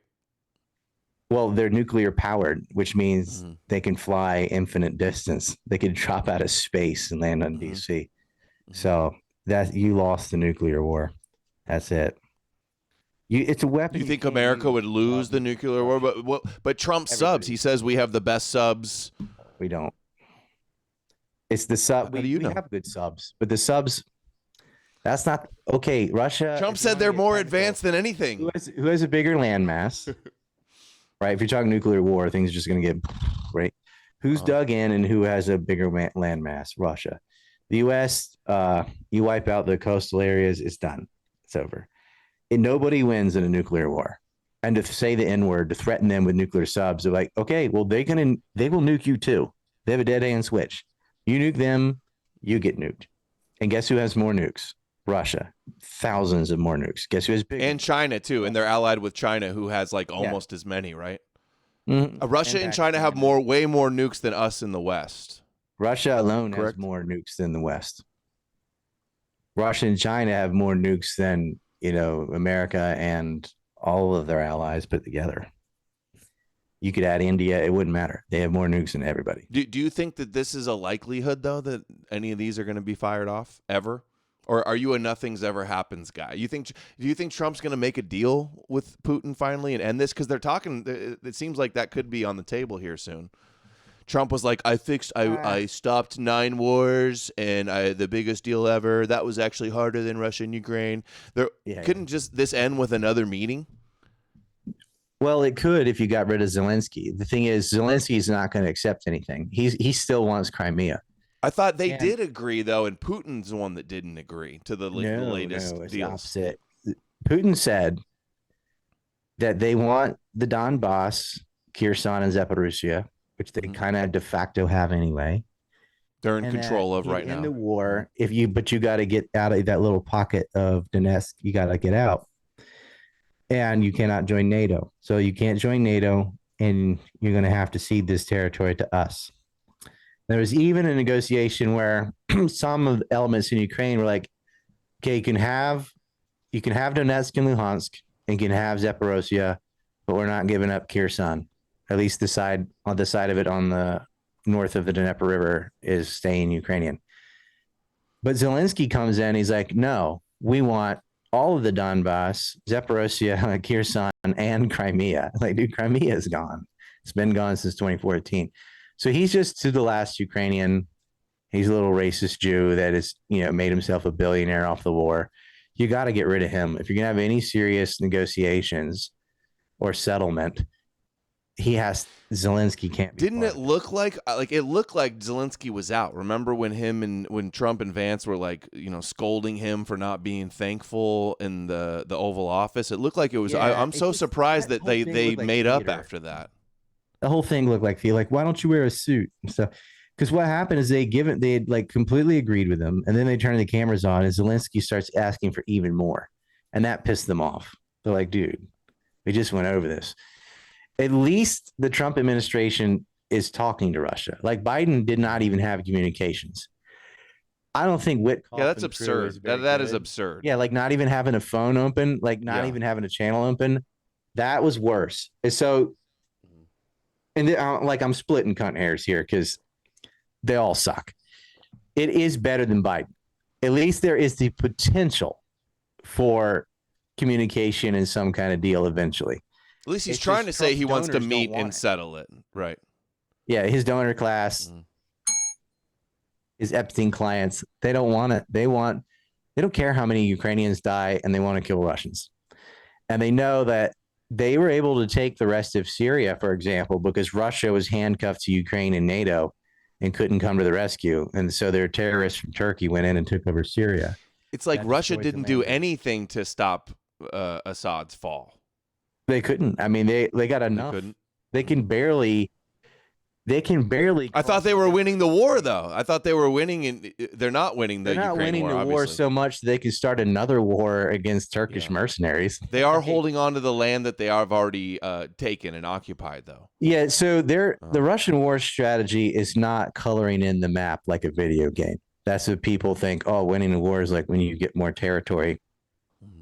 It doesn't matter if they take a city or not, which is very hard. Like, you lose a lot taking a city, because the whole point of the color in the map thing, like in a game, is when you take a city, you're depriving them of their factories and resources that support their war effort. But Ukraine's getting all of its ammo, guns, everything from other countries. So you'd have to go take over England, France, and America, which you can't do. So the strategy of like grabbing hills and grabbing dirt and taking out factories and stuff isn't going to work when all of it's produced outside of Ukraine anyway. So what they're doing instead is, if you can't take out their ability to produce supplies and weapons, what's left is taking out the personnel. So that's what everyone calls the meat grinder. They've taken over the Donbass, and they're not going further across the Dnieper. They're staying where they are, surrounding troops and killing personnel. Because eventually you will run out of men. You're never going to run out of money because you have all of America and NATO. Realistically, you're not going to run out of weapons because you have half the planet producing weapons for you. But you will run out of people. It takes 18 years to grow an 18-year-old. and they just don't have it. And so Russia's plan is to save their own personnel. You don't charge in and surround cities like Bakhmut. That was stupid. Poroshenko did that. Poroshenko, Jewish, by the way. That's stupid. It looks good for people who don't understand war. Look, we took the city. It's a dumb strategy. If you have superior artillery, which they do, you can sit back and kill them with almost no losses to your own side. It's a very slow process, but you're killing them. They're not killing you. Eventually, they run out of personnel, and you get all the land anyway. So they're winning. That's why they're like, well, you don't see them capturing a lot of dirt, although the line has moved west slowly, but that's not their prerogative, because it doesn't really. That just stretches their own line, gives them more territory they have to defend, with no real gain, because you're not actually depriving them of anything. They're like, oh, look, they have to go west a bit to cut off roads and supply lines to Ukraine's eastern front. And they have done that. And they've been doing this like double envelopment, the same thing the Japanese used to do in World War II. And they've been doing a lot of Mongolian tactics too, and it's been working. They've tunneled under and stuff. And so that's when people look at the map and like, well, the red, part of the map doesn't change that much. They're like, yeah, but look at the number of casualties. Ukraine is losing men exponentially, and the Russian death toll has slowed down tremendously. But Russia it's still a tough fight. They're not going to go to Syria, and get stuck in that quagmire again. They can't fight. And then if they were, then what would happen? Then the U.S. could start another front. Russia's not going to fall for that. Like, nah, it sucks for Syria. It sucks for Hezbollah, but their prerogative is finish the war in Ukraine. And Ukraine's tough, and they got a lot of mercenaries from Poland and everywhere else. They're not just fighting Ukrainians, but they are going to run out of personnel. And then what's going to happen? Are they going to? Is Russia not going to run out of soldiers too, though? Why is it only one side's going to run out of soldiers? Well, Russia starts with 150 million people, and Ukraine starts with 22 million people. So that's just the writing on the wall. Even if it was a 1-to-1 ratio, which it isn't, Ukraine's going to lose more men. The other thing is Russia on land, they don't have the best Navy. They don't have the best Air Force. Neither does Ukraine. But on land, Russia has the best artillery on earth. They made some mistakes in the beginning because of nepotism and stuff where people got their positions. Those guys have been flushed out. As the war goes on, your better generals end up in where they ought to be. And this whole year, Ukraine has not had a significant victory at all. They do some stunts like, oh, let's send some drones into Moscow. Yeah, I was just going to say, what about the drones? That was a pretty big victory. Like, yeah, they blow up some oil factories or something, but all of Kiev had the lights taken out. They just lost 20,000 men were enveloped in Kupiansk, and most of them got killed, and over 10,000 have now surrendered. When you get 10,000 men surrendering, it's okay, and that's your crack troops. That's your Weimar or whatever. Like, it's all mush behind that. It's all teenagers and old men, and they know it. That's why they're like pushing America, get a deal, get a deal, get a deal, get a delay at least. And they're going to the UK and they're saying, send in the Brits. And Starmer's seriously thinking about sending British soldiers into Ukraine. I think they'll. What would the British public do? Well, probably nothing. I mean, they already have migrant hotel rapists and knife gangs and digital ID, and like that place is cooked. It's over. Like, it's sad. I don't want to lose Britain, but England at least is gone. It's unrecognizable from what it used to be. They've really got to get rid of Starmer. But I don't know who you'd put in. Farage sucks. Labor sucks. Conservative sucks. Like, what are you going to do? Galloway's out, so it's going to be hard to reverse what's happened there. Hey, we got some super chats. That guy had a meat cleaver that took that woman's head off, and they still let migrants in. Yeah. Holy shit. Hey, hey Dawson, I gotta go pee real quick and then play the super chat. So if you just want to like plug your stuff or your doc or anything, I gotta go run to the bathroom so bad. All right, I'll be right back. Gonna take a pig, and then we'll go another 10 or 15 minutes to get through these super chats. as soon as I get back. Sorry, I'll be right back. Adam's gonna hit the philosophical throne. It's where your best ideas come from when you're when you're having a Bernanke, as we used to say. Janet Yellen is in Korea, by the way. She's going to be out here. That little snake she used to be the head of the Fed and then the Treasury. She lost. I remember there was a talk, and it was like Sam Bankman fraud. This is before he got caught. Zelensky, Yellen, and some other Jew, all people who lost billions of dollars, and they're given financial advice. But if you guys go to ryandawson.org, I have a 4-hour September 11th movie, the non-kook version, free on ryandawson.org. It's called Empire Unmasked Reduxed. You can check that out. Go bookmark it. I don't expect people to just have 4 hours like consecutively, just sit there and do. You set it aside. It's a nice Halloween movie. It's Halloween tomorrow in the U.S. It's Halloween here right now, by the way. Happy Halloween if you're watching this in Australia, New Zealand, or Asia. But go watch that. It's clear. That film should be everywhere. But none of these influencers are going to touch it, and we know it. They're not going to do it. Is their primary concern isn't about moving the needle or justice or truth. It's about their own clout. That seems to be the case. I was talking about the film and saying what a litmus test it is. Like, you can see who shared the film and who was quiet on it. Like, don't you care about 9/11? Like, you're never going to get a better documentary on it than that. They care about their own clout. They don't want to share something from someone else, especially if they're these people that are pilfering my work. Because it's like, well, once you find the source, you no longer need the middleman. But it's like, you see the people who shared it. Like, this is a great documentary. You should see it. Da, da, da, da. I believe you did. Jake Shields did. There's people who did. And there's other people as total radio silence. People who've said, oh, I love the movie. I saw the first one. Da, da, da. I'm like, okay, you going to mention the second one? Nothing. Yeah, they don't do it. No, I need to do it because it's been a long time since I watched it, and I need a refresher. But maybe I would say promote it and post it again and talk about it and do some interviews before the next 9/11 because it is like 25 years ago. So there is Well, what happened was September 10th. Yeah. Charlie Kirk got shot, so it was like that too. That's right. That's all anyone's going to talk about. Yeah, the ritual sacrifice. Like, the faggot on the roof. You've got. He did not reassemble his gun. He's still there with an assembled rifle in his hand on film, climbing off the roof. He did not take it apart, so therefore he didn't have to put it back together. He just shot him, ran, and then climbed down and ran away. It's in his own Discord messages. It's his own text messages. And we're like, oh, that's fake. He's total cop talk. He says, my love, and he says, like, vehicle instead of vehicle. Dude, hold on. I was about to bring that up. Gamer talk too, by the way, and these guys are addicted to games. But here's the thing: like, if that's fake, okay, then all the defense attorney has to do is subpoena the phone records, and if that's not there, he walks. Mm-hmm. It's a stupid thing to lie about.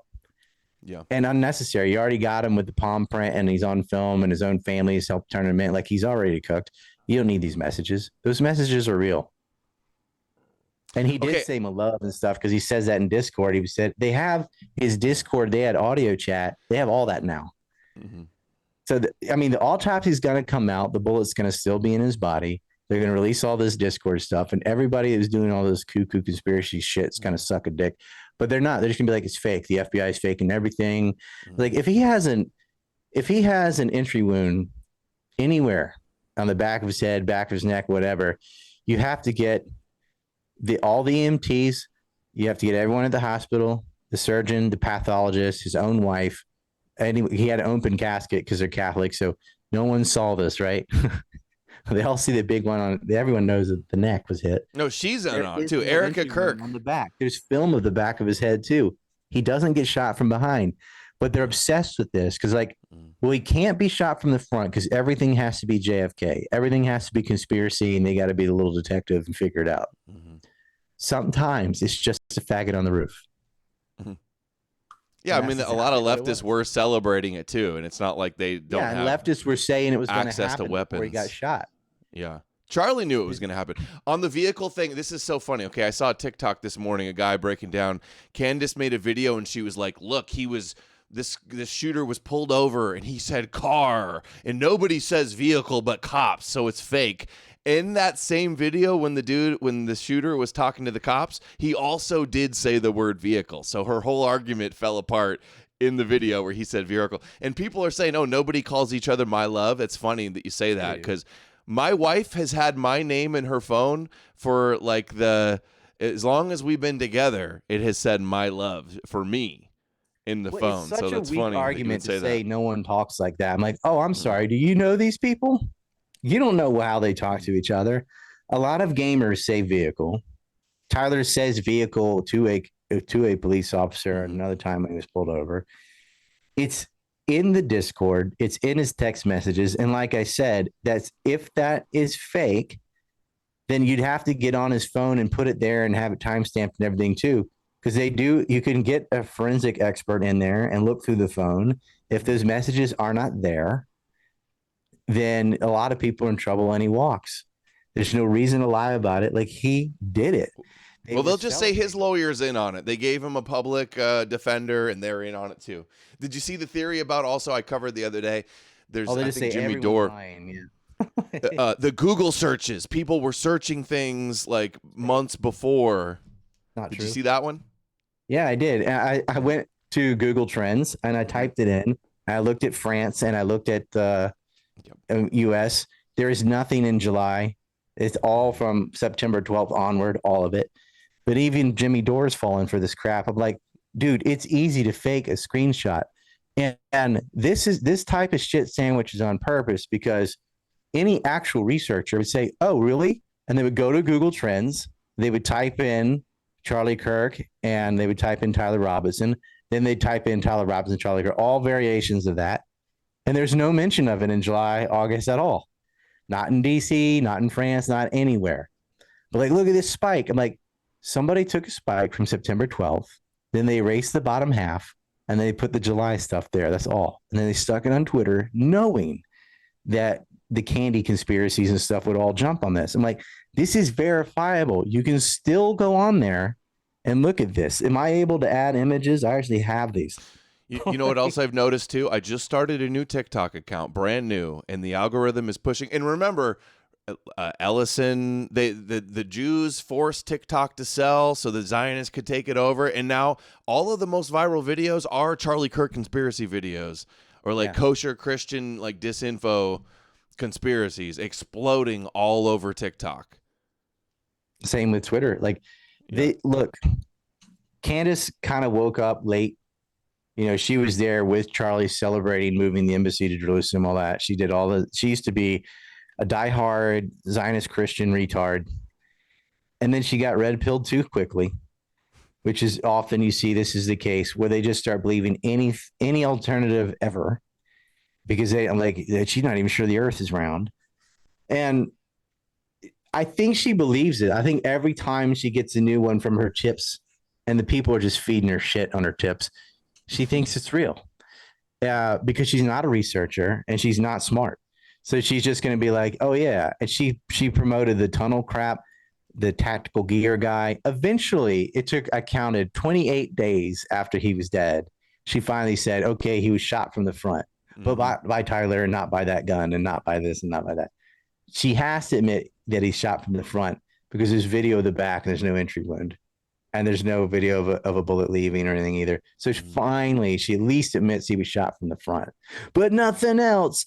And now she's back on blaming TPUSA itself. And, you know, people blamed his wife. I don't like his wife. She had nothing to do with him getting killed, man, in front of her kids. Come on. It was Tyler Robinson shot him. He's on film with a fucking gun. No, dude, the Mossad he was turning against him, bro. You're covering it up, Ryan. I'm joking. I got to put my foot down, all right? You got paid $7,000 to say this. Ever said or did was Zionist.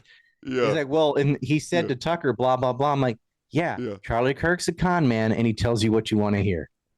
But everything he ever said publicly was Zionist. And he never rejected donation from Jewish donors. They reduced donations. He never said, no, I'm not taking your money. I'm turning a new leaf. He never did that. He had $40 million from Zionist donors. And they all point to Shillman as, well, Shillman took his $2 million away. No, he didn't. Shillman went from 2 million to 1 million, which is not uncommon that he would give 2 million during the election year and only 1 million after. They always give more when there's a presidential election than when not. And it's whatever, man. Well, if they wanted him to cancel, they were mad because they wanted him to cancel Tucker, but then he dies, he gets taken out, and then Tucker's hosting his show. He's speaking at the TPUSA event. He's headlining the Am Fest. He's so much for getting rid of Charlie so he can get rid of Tucker, and then now Nick's exploded more than ever after Charlie's gone. So like, great master plan, Mossad. Yeah, Pete. Yeah, he goes in Patrick Ben David and then Tucker Carlson and so on, and has this. I call it idiot ping pong, like Fuentes and Candace Owens. Nick is correct more than her. I mean, she's going to lose bad when Macron's wife, who had 3 children and is a woman, is done suing her. She's going to lose a lot of money. And I started thinking maybe Candace is just pretending to be crazy so she can get out of that lawsuit. I don't know. She said that all these tech giants are a bunch of atheists that were secretly satanic and all this other stuff. It's hard to know whether it's sarcasm or stupidity with her, but she was saying like some of these people might be hybrid robots. She went on and on. She's like, I just read this book. And people are like, oh, that's sarcasm. I'm like, no, man, she's talking about it for like 20 minutes. That's what she thought. I was wondering. I saw that clip and I was wondering. You got to fucking clean this up. She's lost it. She's lost the plot completely. I was wondering about that because I saw that clip. I was like, is she being serious here, calling them all reptilians? Because I wouldn't doubt it. She says the earth is flat. She, says they're Frankists, they're Khazarians, they're synagogue of Satan, a number of so many different things. She's like, Bridget Macron is a man. Talk to the moon? Sure. Like, why are you throwing in the moon landing stuff? Regardless of what your opinion is about that, that most people believe we went to the moon. Why would you even randomly talk about that as you're talking about Charlie Kirk and other things? Like, it's as if she's almost paid to swallow them up and then attach it to the goofiest stuff you can imagine to discredit because what happened and she's like the biggest show on the internet, biggest podcast, biggest YouTube channel. Yeah. And she's allowed to stay on. Not Norman Finkelstein, not Grant Smith, not any of the people that have been put in 20, 30 years into this. No, it's Candace Owens who just woke up to it yesterday, becomes the queen of anti-Zionism. And then immediately she's like denying the moon landing and having Charlie Kirk conspiracies and saying just the dumbest shit in the world. Like, oh, Macron's wife's a man. Like, I think she got played. I think she came out as anti-Zionist because she saw enough dead children that shook her. And she's like, we can't act like this. Good for her. And so they're like, oh, let's just discredit her. So all they do is just give her enough shit sandwiches until she took a bite out of one of them, which started with the Macron thing. And then it was just downhill from there. They realized this woman has no filter and we can just say the goofiest, dumbest shit in the world and she will promote it and discredit herself. So she's out. And they're going to get Tucker with the same thing. They're going to keep handing him poop sandwiches until he eats one and discredits himself. Yeah, demon sandwiches. Have you seen them all pushing? All like Joe Rogan and Alex Jones and Tucker, they're all pushing like it's demonic, it's satanic. We're up against Satanists and they're worshiping the devil and there's demons. UFOs are demons everywhere. What's your take on all of this satanic panic, everything's demonic kind of rhetoric that we're inundated with? It's demonic with a lowercase d as far as like how sick it is, but you're dealing with Jews. You're not dealing with devil worshippers. You're dealing with Likud. You're dealing with Chabad. You're dealing with all these little Jewish factions that do mock human sacrifice and stuff. Like the people in the settlements, they're like, God gave me this land. And they don't worship or like knowingly worship the devil. They worship the Jewish God, which I'd argue is no different from the devil. They worship God. It's Judaism. That's the problem. And they're like, oh no, religion is just some unequivocal good. It's the no true Scotsman thing. And so all these people, they're just practicing it the wrong way, except for me. Like, well, the majority of the people of the faith are practicing it the wrong way. Maybe the faith isn't good. There's no commandment against slavery. There's no, like, King David has endless numbers of concubines, so sex slavery is okay back then. It's a disgusting religion, and its byproduct was predictable. It's not like, they're actually secretly atheists and they're just using Judaism as a land grab. Like, even No, they really worship Moloch. They're atheist Moloch you still have worshipers. to have. Well, Solomon built a temple to Moloch. Like, that doesn't help their argument either. They would have to use that mythology to get some portion of the people who believe in it become settlers, whatever. Like, it is a evil creation. You can't just say openly, I want to steal this land and enrich myself. You need some moral facade, and the moral facade is religion. You got these Christian Zionists are like, but that's their land. God gave it to them. Like, so you can just shoot a baby. Yeah, you can shoot a baby. Those babies should just move somewhere else. That's what they say. Those are terrorist babies. Palestinians just go somewhere else. Just leave. They'll grow up. They'll grow up and be snakes. Everything you've ever made and earned, and just leave and go somewhere else. Disgusting. All right, let's get. Live in Jordan. I'm going to click the power chats. There's probably going to be some questions or comments for you. So let's get these started. Oh. Names sent $5 on Rumble. Michael Tracy has made pretty convincing arguments breaking apart the trafficking blackmail claims. Not to defend Epstein, but Virginia Gifford is a serial fabricator and Maria Farmer is a schizo. I agree with Maria Farmer. She schizo lied about me. Jen sent $10. Thank you, Jen. I don't. Do we Jen get to sent answer? $10. Hold on. Yeah. They're all going to play through, and then we'll, all right, let's go back play. one by one. Yeah.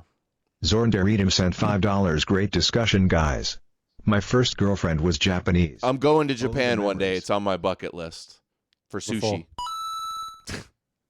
Miragrist sent $5 on Rumble. Ryan's work is incomparable. He's a OG. He's one of the top OGs for sure. Averia sent Thank you. $40. Happy to catch a live stream again finally. And with a great guest. Big love and respect to you both, XO Ava. Thank you, Ava Boria.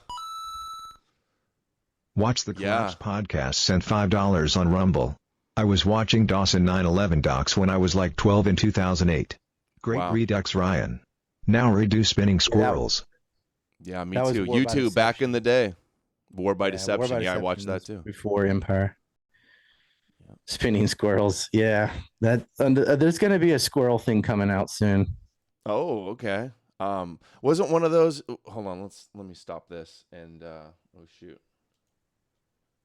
Oh, this is how I stop it. What was the one that we wanted to address? Oh yeah, Michael Tracy and Maria Farmer. You're gonna say something about her. And there's one before that too that went by. Was only on for like a second. Did you see it? Let me go to it. Dude, Maria Farmer. So I clipped her talking about like they were Jewish supremacists and they were anti-Gentile. And then she was like, that Adam Green's an anti-Semite and he took me out of context. And it was like, that was a lie. It was perfect context in her words. So that was annoying. And then she threw me under the bus and blocked me. Girlfriend Japanese. Ryan's work is incomparable. There was something before the Michael one. Big Mama 14 sent $50. Big Mama, thank you, Big Mama. Love this convo. My hubby went to Japan recently and he loved it. I hope to go myself. Ryan is brilliant. Glad to hear you guys pick each other's brains. Yep, for sure. I think Ryan had me on last stream we did, but we've been doing streams. Is full. Dude, you don't want tourists? You don't want some gringo money to come and eat the sushi? And experience the culture. Yeah, I got to go experience it before the Christians take over and bring multicultural Jesus. They got kicked out, and my girl's in now, and she's like, first thing she did, she reinstituted this old law. Now you can get paid $340 if you tell on an illegal immigrant. So the public is now being paid to tattle on illegals.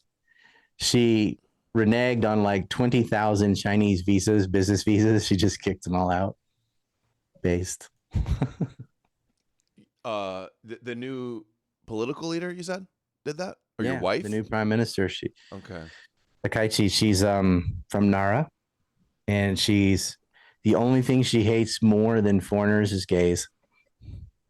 I think I saw that the new prime minister of Japan is like super based and doing some. That's the other thing. Very all right these wing, Christian right? countries have legalized gay marriage. It's illegal in Japan. It's illegal in Korea. It's illegal in China. Like these atheistic countries don't allow gay marriage. Yeah, that's the antidote. That's the trump card to own all those Christian arguments about how you can't have a civilized culture, you can't have a society without Jesus. I think Korea you can't have bans morals. porn and Japan pixelizes it, but you can do whatever in the United States. You can do whatever in Europe too. They have furry porn and whatever. Like it's disgusting. Yep. Japan has that in cartoons, but at least there's not real people being involved. Yeah. Whatever. So what Not was the bad. first question? The Big Mama, that was just a comment, and then they had Tracy, and then what else?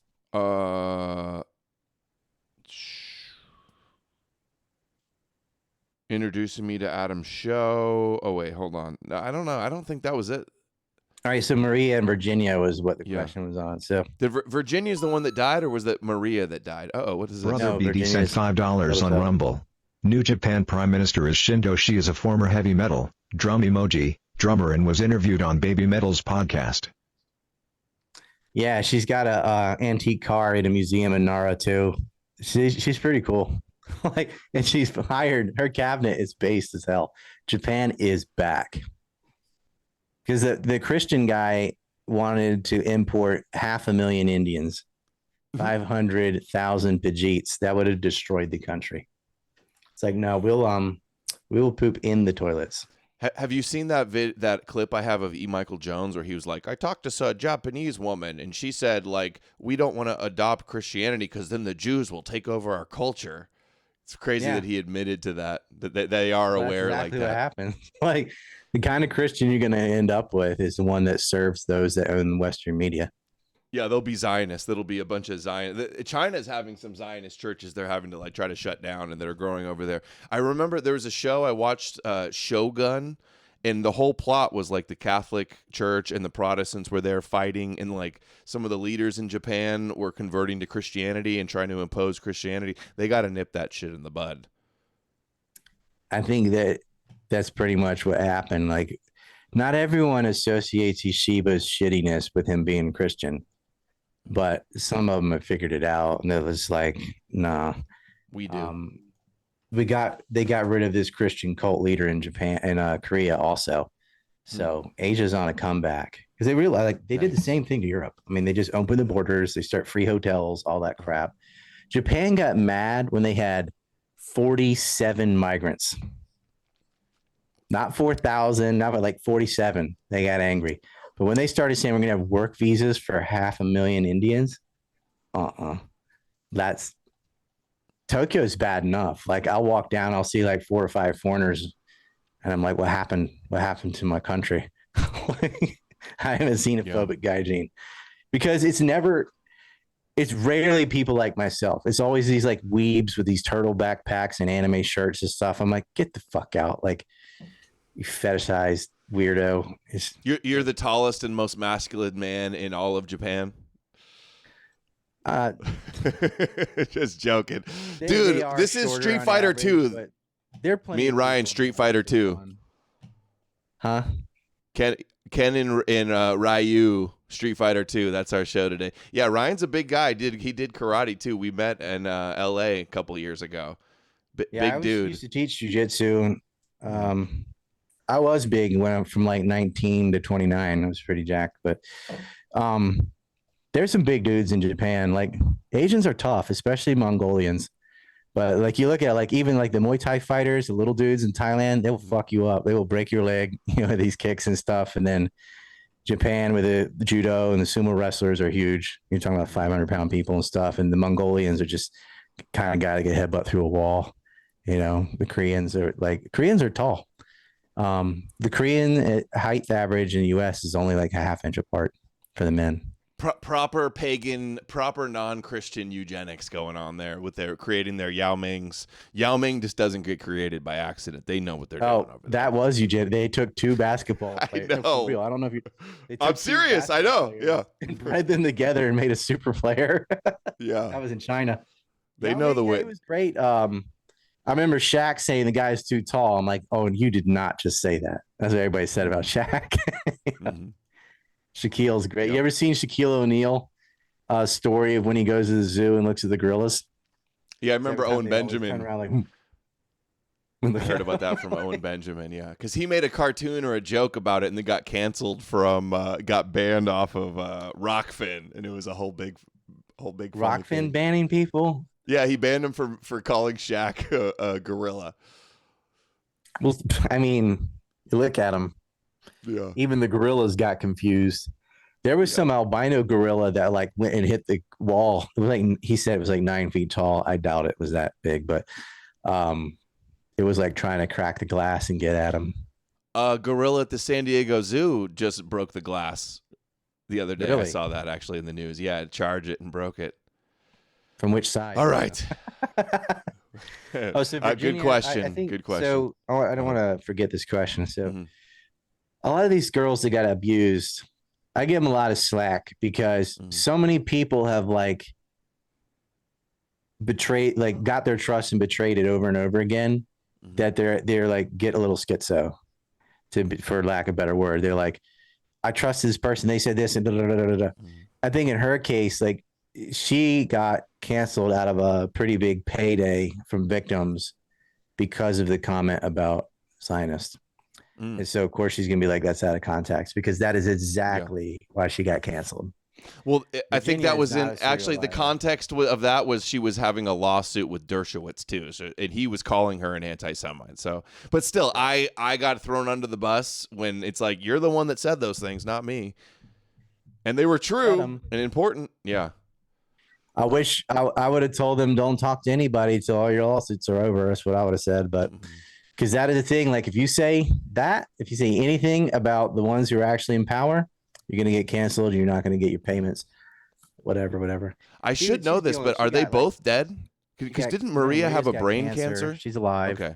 And Virginia committed suicide. Virginia killed herself. And she did. You believe that's true, right? And fully, while people are like, was she murdered? Because, it's Epstein. But no, she killed herself.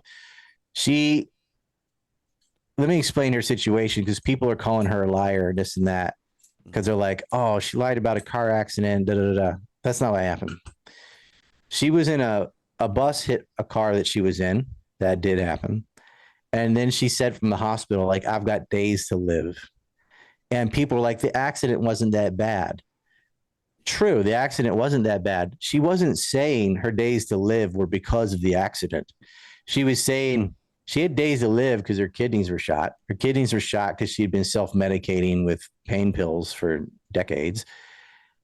It's only like because there was an accident, serendipitously, she got checked at the hospital, because they make you do that. They do toxology and stuff to make sure you're not drinking or whatever when you get in a car accident. And by accident, they figured out, hey, your kidneys are about to fail. Not from the impact of the bus, but you have failing kidneys. And in finding that out, she really wanted to see her children. It was close to Easter. Her husband had a restraining order on her. Of course, she had put a restraining order on him prior to that. But she wasn't allowed to see her own children on Easter. And she was like, I'm going to die. Like, they just told me I have days to live. And the online community, they took it to mean like, oh, the accident crushed her kidneys or something. She never said the accident caused it. She's saying, I figured this out when I went to the hospital, and I went to the hospital because of the accident.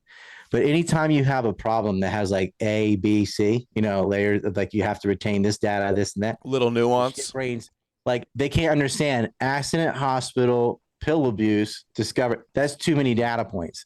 Like, he wasn't caused by the bus. And even though I just said 4 times, it wasn't caused by the bus. The accident is just why she went to the hospital. That she was at the hospital for any reason at all, and they checked her blood, is how they found out her kidneys were in the shape they were in. And she had a whole empty bottle of painkillers by her bed that she swallowed. She put up a suicide message on Instagram, like she did kill herself. But she wasn't lying about any of it. Her kidneys were on the brink. And, she was taking Xanax and stuff when she was a teenager, when she was living with Epstein. She had been self-medicating for a while, which, look, when you've been serial raped since you were 7 years old, You do drugs. A lot of people would. And that's all that was. The other thing she gets accused of lying about is Dershowitz, because she dropped her lawsuit with Dershowitz. And the sentence that they go is this is how bad they cherry pick. They find this phrase between her and her lawyer where it says, "Don't forget Dershowitz, you probably knew him." And she's like, "Yeah," or something. Like, oh, let's just add him into there. What they don't have is all the context before that. The you and you probably knew him is the plural you, like y'all probably knew him, because what they were talking about is the people that were at the house abusing girls, plural, not just her.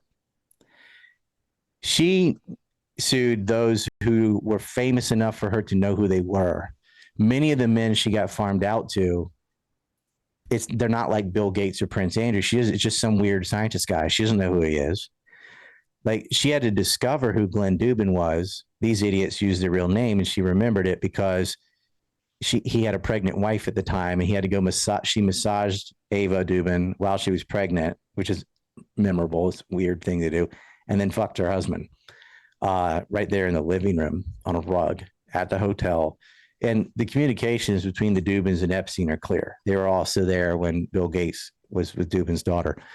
And Ava used to date Epstein. Da, da, da, da. There's no way a 15-year-old ought to know who some unfamous hedge fund manager even is. You know, most financial people wouldn't know who Glenn Dubin is. She knew. And wasn't this the 90s too, like before internet and social media, Google and stuff? It was 2000s, but it was still. I understand, like, girls that say Bill Clinton, Bill Gates, some super famous name, is like, sure, right. But when they're talking about like Marvin Minsky or Glenn Dubin, or these are not famous people. They did meet them. And that story is corroborated, like with the Dubins, for example. I'm doing all this off the top of my head, but I believe there was a chef, I think his name is Nathaniel or something, whatever. There was a chef who saw a 15-year-old Swedish girl, and she was like shaking like a leaf at the bar. And Ava Dubin and Maxwell come, they hear their high heels click-clocking down the hall. And the girl just like freezes and can't talk. She was crying. And Maxwell says to him, "She's working for us tonight. She's coming into town. She's working for us tonight." And they, jerk her away, and off she goes. What the fuck is a 15-year-old doing work? What kind of work for you tonight, you and Ava Dubin? But like, he's saying, the Dubins are there. They're friends with the Epstein. They took a 15-year-old into town to do work. Okay. So you start, these stories overlap, and it shows that if Virginia was just saying this on her own, it's like, well, you got an abuse victim. You can't really believe what they say. Da, da, da. But her story overlaps with other stories of adults and employees, and things that also show these people here at this time doing commercial sex work. Da, da, da, da, da. So that's all that was. And so she dropped the lawsuit on Dershowitz because she just won $16 million from Prince Andrew. And how you can't really prove, it's just like my word versus their word type of situation. No one filmed it or whatever. So what are you going to do? She decided to let it go. He's 81, 1 foot in the grave. Who gives a fuck? She was working on her own marriage. She was working on her charities and stuff. And it wasn't about herself. It was about other girls when Dershowitz was in the house. Now, apparently the accusation is Dershowitz got massages from somebody at Les Wexner's property in Ohio, one of his houses. And Dershowitz himself said that he did get a massage, but he kept his underwear on. And I remember that because we made fun of him for years, saying, well, I kept my underwear on. It's all this shit's been expunged. Later, he goes on another show and he said, I think it was Pierce Morgan or something. He's like, who was he? Or maybe it was Lex Freeman. We can figure it out. But he's like, I got a neck and shoulder rub. That was it. And my wife was there. And I'm like, that's weird. First, you said you're in your underwear, which is weird. Why did they have to give his lawyer a massage at all? I don't even like massages. Then why did you do it? He said he didn't like him. Then he's like, I don't even hug people. He did the Prince Andrew thing. I don't hug. I'm like, yes, you do. You do. You have photos of you doing it. He's lying. So I believe her in that Dershowitz was there and probably abused somebody else. But it wasn't her fight. These girls got huge payoffs from JP Morgan and Deutsche Bank. and a lot of them signed NDAs, and a lot of the conditions like, look, here's your money, shut up. Because all these hundreds of women are getting like $1,900,000 to $2 million each if you divide up that 150 million from one lawsuit. Anyway, and it's like, well, who are you trafficked to? You weren't all just trafficked to Epstein. They just say John Doe 11, John Doe. They won't say any of the names. But the fact that there's a bunch of John Does already means that there are names. And these women have been basically given hush money to shut up about it. And I imagine some of them probably been threatened. You know, Epstein put Virginia Roberts a picture of her little brother on the desk. Like, we didn't say anything, just like, I know who he is and where he is. That's an implied threat, you know. They did blackmail people. He knew multiple Israeli prime ministers. He knew multiple Israeli first billionaire donors. He gave money to Ehud Barak. That is a fact. He was on the board of trustees for the Wexner Foundation, which was set up by a Zionist Rabbi Herbert Friedman. That is a fact. He got money at Bear Stearns from the Bronfmans. That's a fact. The Bronfmans also financed the NXIVM cult. The Bronfmans sold a house to Robert Miller, who is now going to jail for raping high school girls for 20 years. That's a fact. So, like, there was a fucking pedophile network. There are a multitude of Johns involved in this ring. It does clearly tie to the Israeli state. But you'd need someone like me to sit down for like 8 or 9 hours and go through all the stuff with the notes and notebooks. I don't even memorize this stuff. Otherwise, you know, it's just going to be Clinton, Trump, you know, the shit everyone knows and everyone's heard. And I've had the client list. Here it is right here. I've had this out for a long time. There's another page. It's in pencil, so it doesn't show up as well. But that one. We've had the names. I put some of the prominent ones on a map sitting on my wall. Map keeps getting bigger and bigger. I'm not going to keep updating it, you know, but it's like, it doesn't matter. I mean, Israel just blew up cities in front of the world, dropping bombs on apartments, blowing up children in a hospital, and that didn't move the needle. So you think a little rape's going to matter? They rape prisoners. It's on fucking film where they're taking hot metal and sticking it up the anus of Palestinian prisoners. They've amputated people's legs and they put them in diapers and watch them crawl around like worms and shit themselves. Sniper bullets are being pulled out of children's foreheads and stuff where they're just doming people. You've got dead, you know, bodies and flesh hanging out of the rubble where they've just crushed people in their homes. They let a boy on fire from the inside out like a candle, pour gasoline down his throat and set him on fire. They pulled 2 boys who were handcuffed out of a grave where they were buried alive. It's the 2 kids. You can see them. They got these plastic cuffs on. They're screaming and crying, and the bulldozer just pushes them in a pit and puts dirt on them. And then the skeletons wearing their same red and green T-shirts were pulled out of this hole. And like, there's just no bottom. The shit they do. Mass grave of over 100 Palestinians was found like 6 days ago. Can you imagine a mass grave of over 100 Jews dead in a pit and that not being on the news? It wasn't on the news. It's can imagine a pile of 100 shoes. Oh yeah, 100 shoes maybe. Yeah, sure. Dude, okay, Dawson, we heard all of your Qatari, Bollywood, blood libel propaganda. There's no kids been killed, bro. That's all fake CGI. Come on. No wonder nobody cares. It's funny when they're like, oh, they teach them in school to hate the Israelis. They're like, you don't need to teach them. They're going to get theirs when Jesus returns. They hate Israelis because everyone there has had a relative murdered by Israelis. You don't need to brainwash them. The hate is very justified and real based on Israeli behavior. They teach Jews to hate Palestinians in school. That's true. That's in their like Sesame Street type programming. They make fun of murdering Christ. Of course, they think he's boiling in excrement and semen. Like these Christians like are licking the nutsack of Jews who think that your prominent figure, and if you're Catholic, it's God himself, is in hell boiling in poop and semen. you know, or if it's Son of God, if you're Protestant. So what? I mean, they think Jesus is being tortured to death.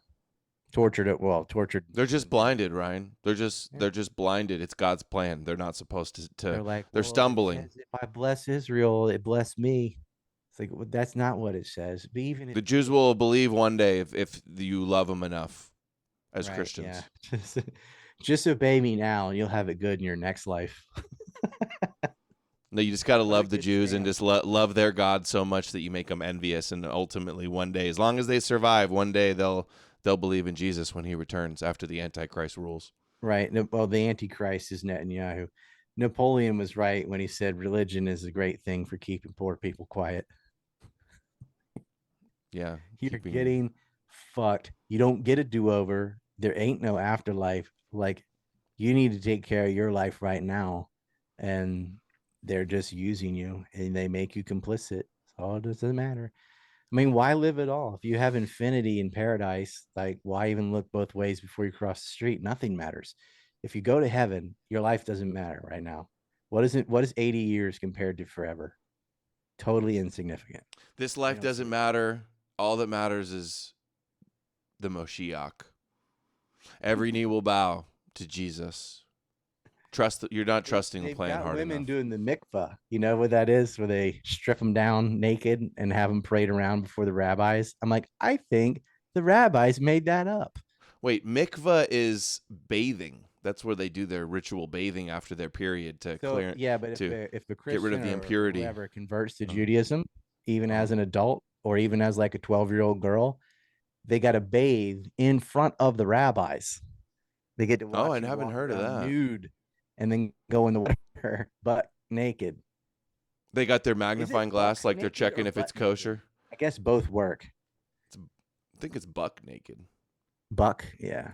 Yeah, but butt naked works too. It's one of those things that seems like it would still make sense. I have not heard that. Rabbis watch what did you say? The 12-year-old girls that convert to Judaism. I don't know how many 12-year-olds are converting to Judaism. If someone converts to Judaism, first of all, they won't admit that you're converting to Judaism. They say a lost soul of a Jew when it got stuck in a Gentile body. Oh, right. Like irrationally, yeah. So they'll have the woman stripped down nude, and the rabbis they got these like one-way mirrors. They got a room for this. These little perverts are probably jacking off, and they parade around the women, regardless of how old they are. They could be a kid, they could be a grown woman, whatever, but they got to be naked and then walk into the water. They got to see everything. You got to turn. Where did you hear this? I've never heard this before. I know. And the rabbis watch. I know people who had to go through it in order to immigrate to Israel. You got to through this whole process to convert to Judaism, and they got to do the mikvah even as an adult. And if you have kids, underage, doesn't matter. Even the males. Naked. Do the men do it too? I don't know. Probably. Gilad Osman can tell you a lot about it. It's like, is he still doing stuff? Definitely talk to you about it. She's a fan of yours. Oh, cool. Who had to do it. Yeah. Oh, wow. Gilad isn't like doing interviews. In Israel. Just don't. You could go anywhere in the world, and you went there. A fan of mine wants to move to Israel. No, she did move to Israel. And she did the mikvah and everything. She converted to Judaism. I'm like, if you're a fan of Adam Green and you know me, why the fuck are you converting to Judaism going to Israel? In Israel, you need free healthcare. She's my agent infiltrating, apparently. Girls, man, they don't have agency. Wow, that's a lost. That's an L. All right, I gotta go get my girls ready for bed. I appreciate all the time, Ryan. I'm glad we did this again. We'll have to do another stream sometime in the future. I hope your eye hangs in there. I'll be watching your documentary on 9/11. I'll do a live stream of a lot of it, maybe a 2-part series. You gotta see it. It's so much better than the first one. It's so good. Cool. RyanDawson.org, everyone. You can watch it for free. Cool. Are you still doing A&C report too, or have you always had RyanDawson.org also? That red map behind me is a big 9/11 map, and on the dancing Israelis and stuff, it just says them. You know them boys. The funny, them boys. The funniest thing about Kanye and all that was when they're like, "Who is they?" Who is they? I love the video where he's like, "I'm not going to tell you what he was." He was Jewish right after. He's a That Jewish was doctor. that was the highlight of Kanye. That's another right. guy that got Mhm. red pilled too fast, and just opened his mouth and ended up losing half his money and all his sponsorships. So, dude, Yeah. you got to have some tact about these things. He Like, burnt the out too smartest quick. thing for him to do is Mhm. keep your money, keep your sponsors, and finance someone else who says things about Zionists secretly or whatever. That's what you should have done. Oh, Yep. well. He burnt it all down. He went too hard. He burnt it at both ends and crashed out. But that's yay. He's gonna. Yeah. That's his personality, which is admirable too. But you gotta take your losses. I mean, I did the same thing, but I didn't have as much to lose. He also thinks he's a real Jew. He's not Jewish. He's Jew. Remember that? Oh, I totally support the Black Hebrew Israelite thing. It's hilarious. Why not? Like any like, it's not real, but I think Japanese are the true argument Jews. of the Hyksos Exodus as being the actual Exodus. Now they would have been maybe half black. They're Egyptian from the Levant, but they probably had some Nubian wives, and there's probably some black in there. So I love that. Like any like that, I'm not going to argue with them. I'm not going to punch down or left or whatever, because any kind of inter-Jew conflict I support, because I think that whole religion's trash. So let them fight with each other. It is funny seeing a black Hebrew Israelite and a white Hebrew Israelite fighting with Jews over who has the covenant and the birthright and who are the chosen people. It is kind of humorous. I'm on Black Power. I'm on Team Black. I'm on team. It's all fake and Jewish. Well, yeah, I know, but anytime I see that, I'm like, I have the Jim Leahy thing. I used to fight with it, and now I'm like, nah, I'm gonna encourage it. Just because it doesn't matter. I've noticed with some of your posts, you're encouraging some of that stuff. But anyway, Gnosticism too. I'm like, people ask me like, no, I'm not Gnostic, but I feel like that is the devil. Like, as far as like, it's epitome of evil. Sure, it's an evil religion. I agree. And it's funny. Like, how can a Christian, like a serious one with a triple-digit IQ, read the Bible and not end up as a Marcion? If you're gonna believe it all. You can't. I still think that's like a limited hangout, and it's better just to scrap it all the way. But even Christopher Hitchens says Marcion was the best Christian, or the one that got it most right, or something like that, just because he denied or he opposed the God of the Old Testament. I'm just taking, like, from a practical point of view, it's better to just toss the whole thing and be a grown-up. Yeah. But psychologically, there are a lot of people that just have to have a religion. So if they need that psychological crutch to get through the day, whatever, then I want like the best version available. Yeah, but Gnostic's not even like an actual religion. You can't make it through the day by being a Gnostic or by going to a Gnostic church or having a Gnostic community. That's why it's better just to scrap it all. It depends. I don't think the Marcions, like the Valentinians, have a worldview, like a pursuit of knowledge that rather than relying on prayer and intervention and stuff, their view is, no, wait, God gave you the tools in the beginning. He gave you knowledge. So all the what they'd say, the fruits or whatever, are already here. So this desk, this microphone, this screen, this was all built out of stuff that was on the earth from the beginning. Like when you were dropped in nature, when you were in the garden, those rocks, soil, trees, and everything, all we did was rearrange that stuff into this stuff. He gave us everything in the beginning. The only difference between this microphone and the stones and dirt on the ground is knowledge. If you have the right knowledge, you can make these kind of things. So everything was in the garden. And garden meaning like earth, I guess, like Mother Earth, like Native Americans would say. It's knowledge that allows you to reshape it into the wonderful things that we make out of technology. It's also knowledge that makes it shape into all the horrible things too, but they leave that out. But that is a philosophy, I guess, and would help people. They do believe in eternity, which helps people cope with death. They do believe in free will and all. So that helps people deal with, anti-determinist views and all. So I can see that religion having some oomph, but it just doesn't have the other cult-like qualities of the other faiths, which is why I think it's not as widespread. But I just think, like, if you're a Christian and you're not going to let that go, then at least divorce it from Judaism to where you're like, no, they actually, whether it's the demiurge or the devil or whatever, because there's a bunch of different Gnostic sects. I think saying it's the devil is more useful than a lower God. I'm like, nah, go all the way. It's evil. I think that's useful.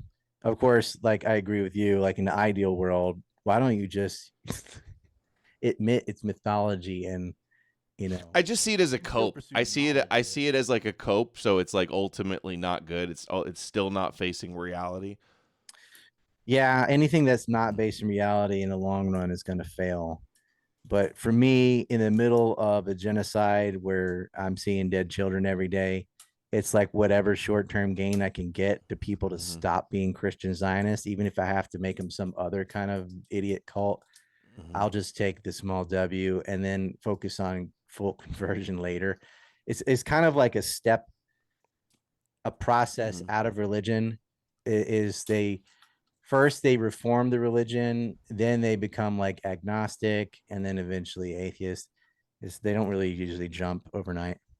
But I don't know. People can do what they want, but that's my strategy. Like I encourage the better versions of religion because it's easier to get that than it is to get somebody to admit it's just all crap. Maybe. I think you can convince people of both.